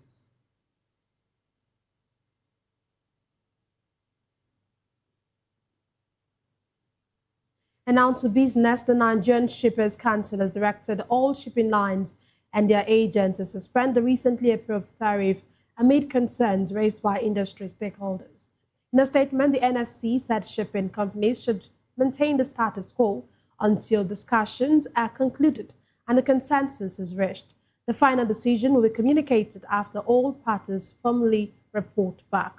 The agency explained the directive follows consultations with key players in the maritime and logistics sector and is aimed at ensuring fairness, transparency, and industrial harmony. Reaffirming its commitment to operational efficiency and protecting stakeholders' interests, the NSC urged full compliance and cooperation during the consultation period.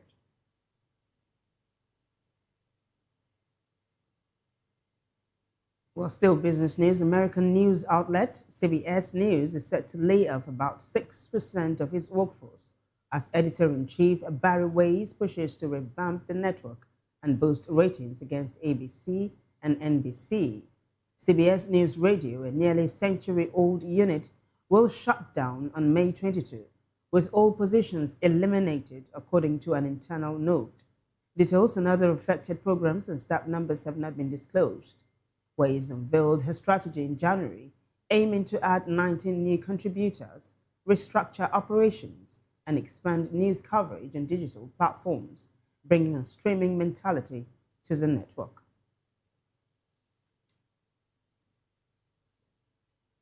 And now to sports. Super Eagles star Victor OSIMHEN has returned to Nigeria after suffering a fractured right forearm during Galatasaray's 4-0 Champions League loss to Liverpool at Anfield. OSIMHEN collided early in the match with Liverpool centre-back Ibrahima Konate, but played through the first half before the injury was diagnosed. He is now expected to miss key Super League games against Trabzonspor and Galatasaray while racing to recover in time for Galatasaray's match against Fenerbahce on April 26.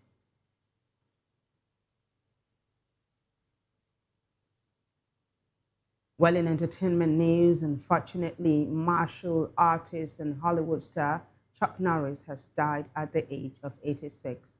U.S. media reported that Norris had been hospitalized on the island of Kauai for an undisclosed condition just days after celebrating his birthday with a social media video of him boxing. His family has requested privacy regarding the circumstances of his passing. Norris made his acting debut in the 1968 Dean Martin film, The Wrecking Crew, and gained fame 4 years later with his iconic fight against Bruce Lee in The Way of the Dragon. Renowned for his toughness and discipline, he transitioned from a decorated career in competitive martial arts to become one of Hollywood's most bankable action stars.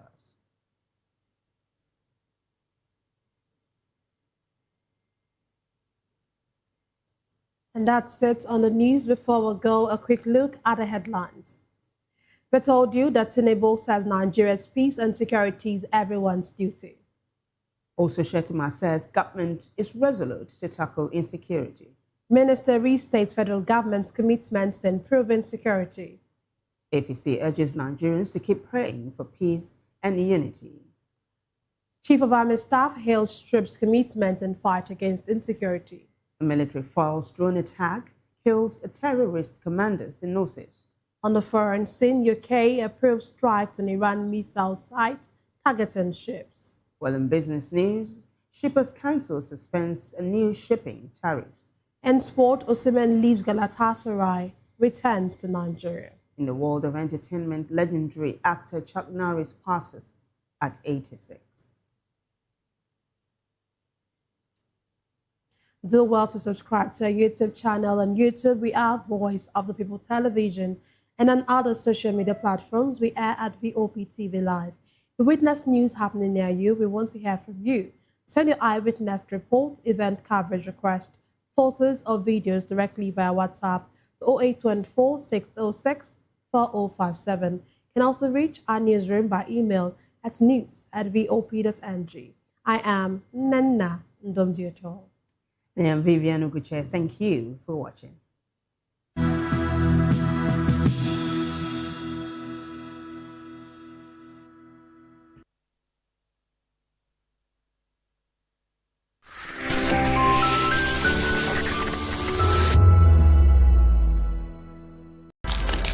In a world where power shifts with every headline. In a nation full of questions. In a world filled with noise, the truth needs the voice. The policies that shapes our world and the economy that determines our future. Every hour, every day, the grapevine keeps buzzing. And together, we are committed to telling the stories that shape our world because your voice is our focus. Don't forget, our voice matters the most. Let us come together and share our concerns.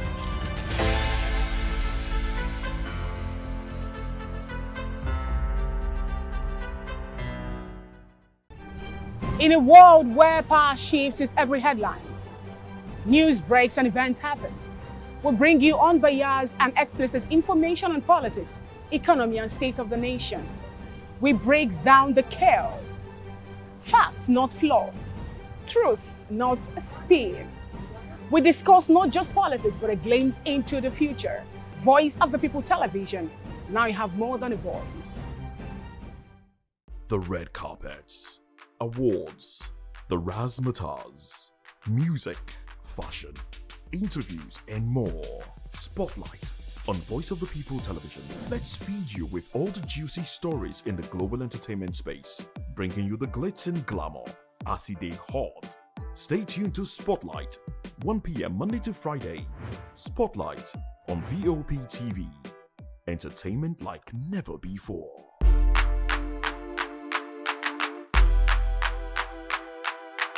To know the happenings in the maritime sector, join us on the program Maritime Frontiers on VOP TV as we discuss key areas in the maritime sector from aquaculture, maritime transportation, maritime labor regulation, oil and gas exploration, ferry and passenger insurance, marine pollution and prevention, port operations, and lots more. Maritime Frontiers, exploring Nigeria's blue economy.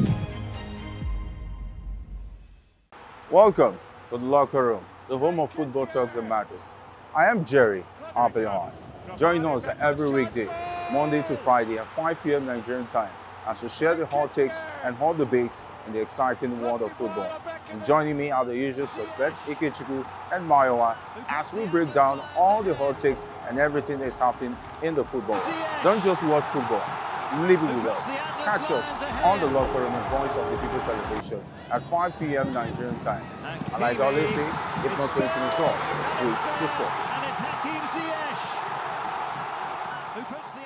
Behind every broken desk lies a broken promise. Education shapes the nations. But who is asking the right questions? Introducing Edu Dialogue, the show that goes beyond the surface, exposes the cracks, the corruption, and the silence in Nigeria's education system. Edu Dialogue, Saturdays, 3 p.m., only on VOP TV. We break the biggest stories, from missing funds to policy failures. We ask the tough questions and demand real answers. Edu Dialogue, this Saturday, 3 p.m. on Voice of the People Television.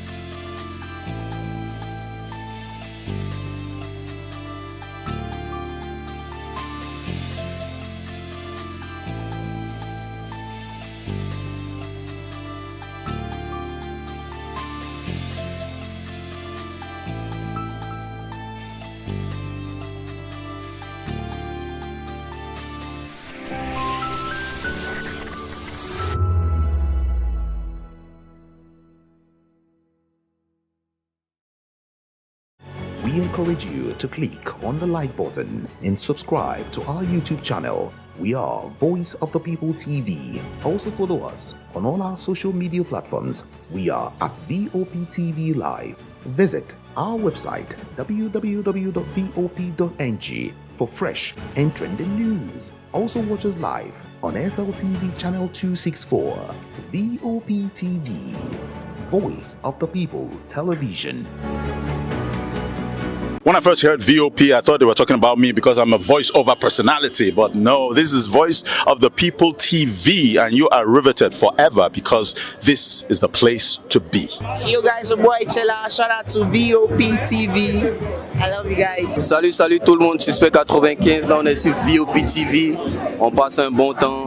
J'espère que vous kiffez. On est au Afrima. On est ensemble. VOP TV. Don't see me like a fool because I don't do giddy giddy giddy. VOP, you don't know Stoneware from Ghana representing live and living color. Yeah, Beam Nation president. Outside with it. Bless up. Hello, this is Milo from Ivory Coast. Keep watch Voice of the People TV.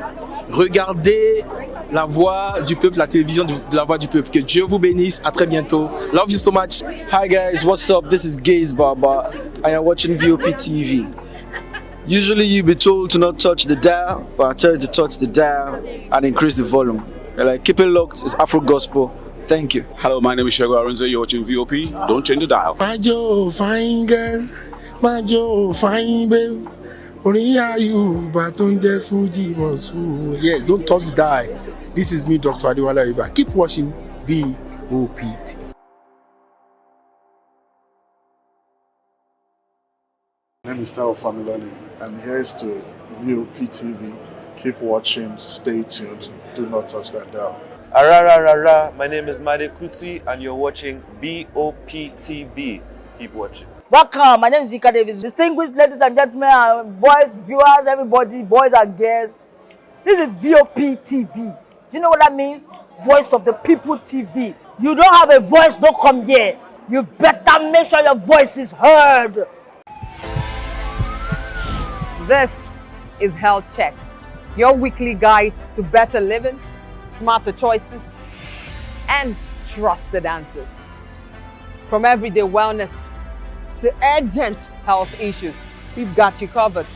Health Check, only on Voice of the People Television, where your health has a voice.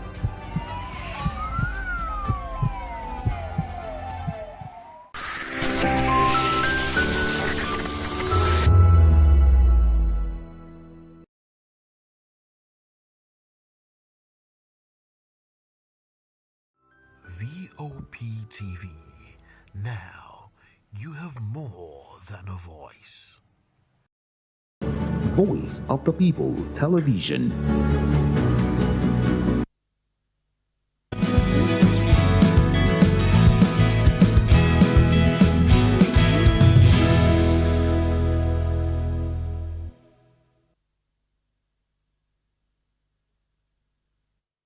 It's a beautiful Friday morning. Thank God today is Friday. Now today it's March 20, 2026. Our president visited UK on the 18th and 19th. I think he is expected to be back today because Bayo Ononoga told us that the president will come back to Nigeria after the visit, and we were wondering where else will he have gone to.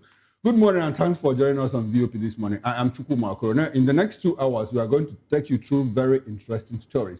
And we start from the UK, where Nigeria UK has sealed a £746 million deal to revamp tin can.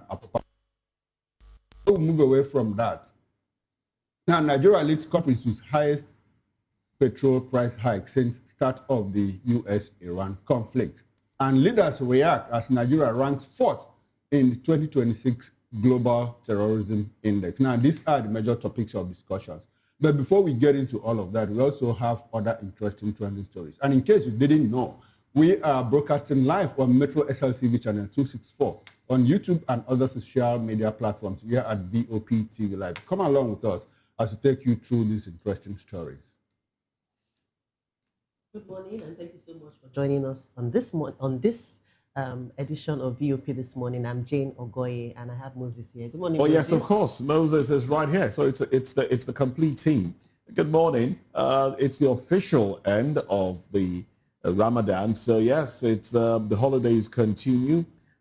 Happy Baraka de Salah, Eid al Fitri. Eid al Fitri, yes? Yes. So Eid al Fitri. And we'll continue the holidays. The interesting part is holidays like this, you want to move around Lagos, especially if you have fuel in your car. You don't have a problem because the roads are free. You can just drive and you can actually time yourself. You can say, okay, I'm stepping out of my house at this time and in 20 minutes, I'll be on the island. And you will be on the island in 20 minutes because the roads are free. But you can't try that on a regular day in Lagos. You need to factor in traffic time. Number of times you would spend in traffic. Fuel in your tank. Well, fuel in your tank, that's just standard. Oh well, welcome to VOP this morning. The EFCC has handed over a whooping 3.996 billion naira in recovered loot to the Nigerian National Petroleum Limited, NNPCL Limited, during a high-profile ceremony at the EFCC headquarters in Abuja on Thursday. The funds clawed back from certain individuals within the NNPC through rigorous investigations that exposed fraudulent activities and shady dealings by some insiders in the national oil giant were presented by EFCC Secretary Mohammed Hamajoda on behalf of Chairman Ola Ulukayode, who stressed the agency's unwavering commitment to fighting economic crimes despite the personal risks involved. Hamajoda declared the EFCC would keep serving Nigerians over 220 million people with courage and integrity. Receiving the check, NNPC's Executive Vice President Downstream, Mumuni Dagazao, expressed pride in the collaboration, noting that the corporation has long battled internal challenges and corruption, and praised the EFCC's swift assistance in recovering the money, signaling renewed efforts to clean up the notoriously graft-ridden oil sector amid public demands for transparency and accountability in how national resources are managed. Well, this is a welcome development. And while we applaud it, we're also wondering, or rather praying and hoping that some of the loopholes that have enabled the siphoning of public funds and the income generated by the NNPCL would be tightened so that we don't, continue having all of this. The NNPC has for many decades, in fact, for as long as my adult life, been one of the conduit pipes, for corruption in the Nigeria economy. And in short, of all the parastatals, I think the oil sector, I dare say, maybe after the power sector, is one of the most corrupt. And so while we applaud this, can we also think about how all of this can be mitigated? And for the fact that the EFCC can actually recover such amounts of money, I'm also thinking that wherever this came from, there's still a lot of money that are accounted for. And we need to ensure that there's accountability and transparency in the oil sector. And it's so sad. There was something you said earlier, when you were going through our lineup for today, that the Iran-US war, a lot of oil-producing countries are smiling to the bank, but Nigeria is one of the worst hit. In short, he said it's the worst hit, not one of the worst hit. That shows you that there's so much corruption and that our petroleum sector does have the potential, the capacity to be a major, revenue earner for this country. I know for the longest time we've talked about deregulation, we've talked about diversifying income streams of the country, but it seems as though we still are over-reliant on petrol. We still are, and it's so sad that we have other mineral resources. We also have agriculture that can actually be one of our mainstays. It's really sad, really. All right, we'll take a break now. Let's take a very quick break. When we come back, we'll continue with this story. Because Jane says it's a laudable venture. I don't think it is. It looks laudable, sounds laudable, but there are questions to be asked. And we'll dive into all of that when we come back from this break.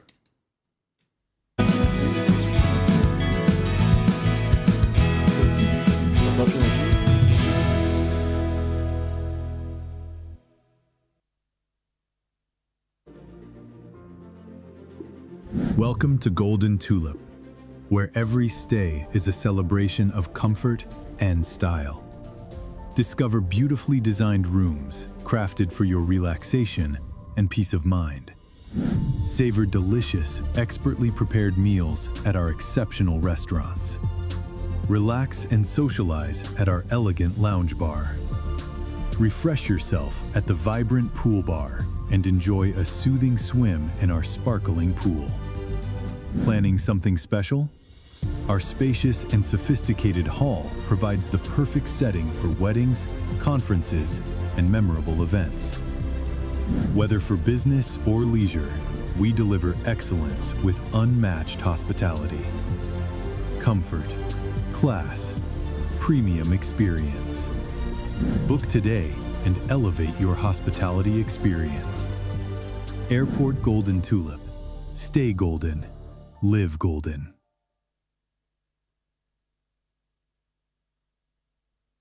Good evening, Africa. My name is Mama Kore, actor, model, producer, and I'm giving a big shout out to VOP TV, man. Keep watching. Don't change the dial. Thank you and God bless you. My name is AY, and of course, I represent the voice of the people, and that's why I'm on VOP. AY say so. Hi everyone, it's your girl Miriam Tima from The Real Housewives of Lagos and The Real Housewives Ultimate Girls Trip Africa.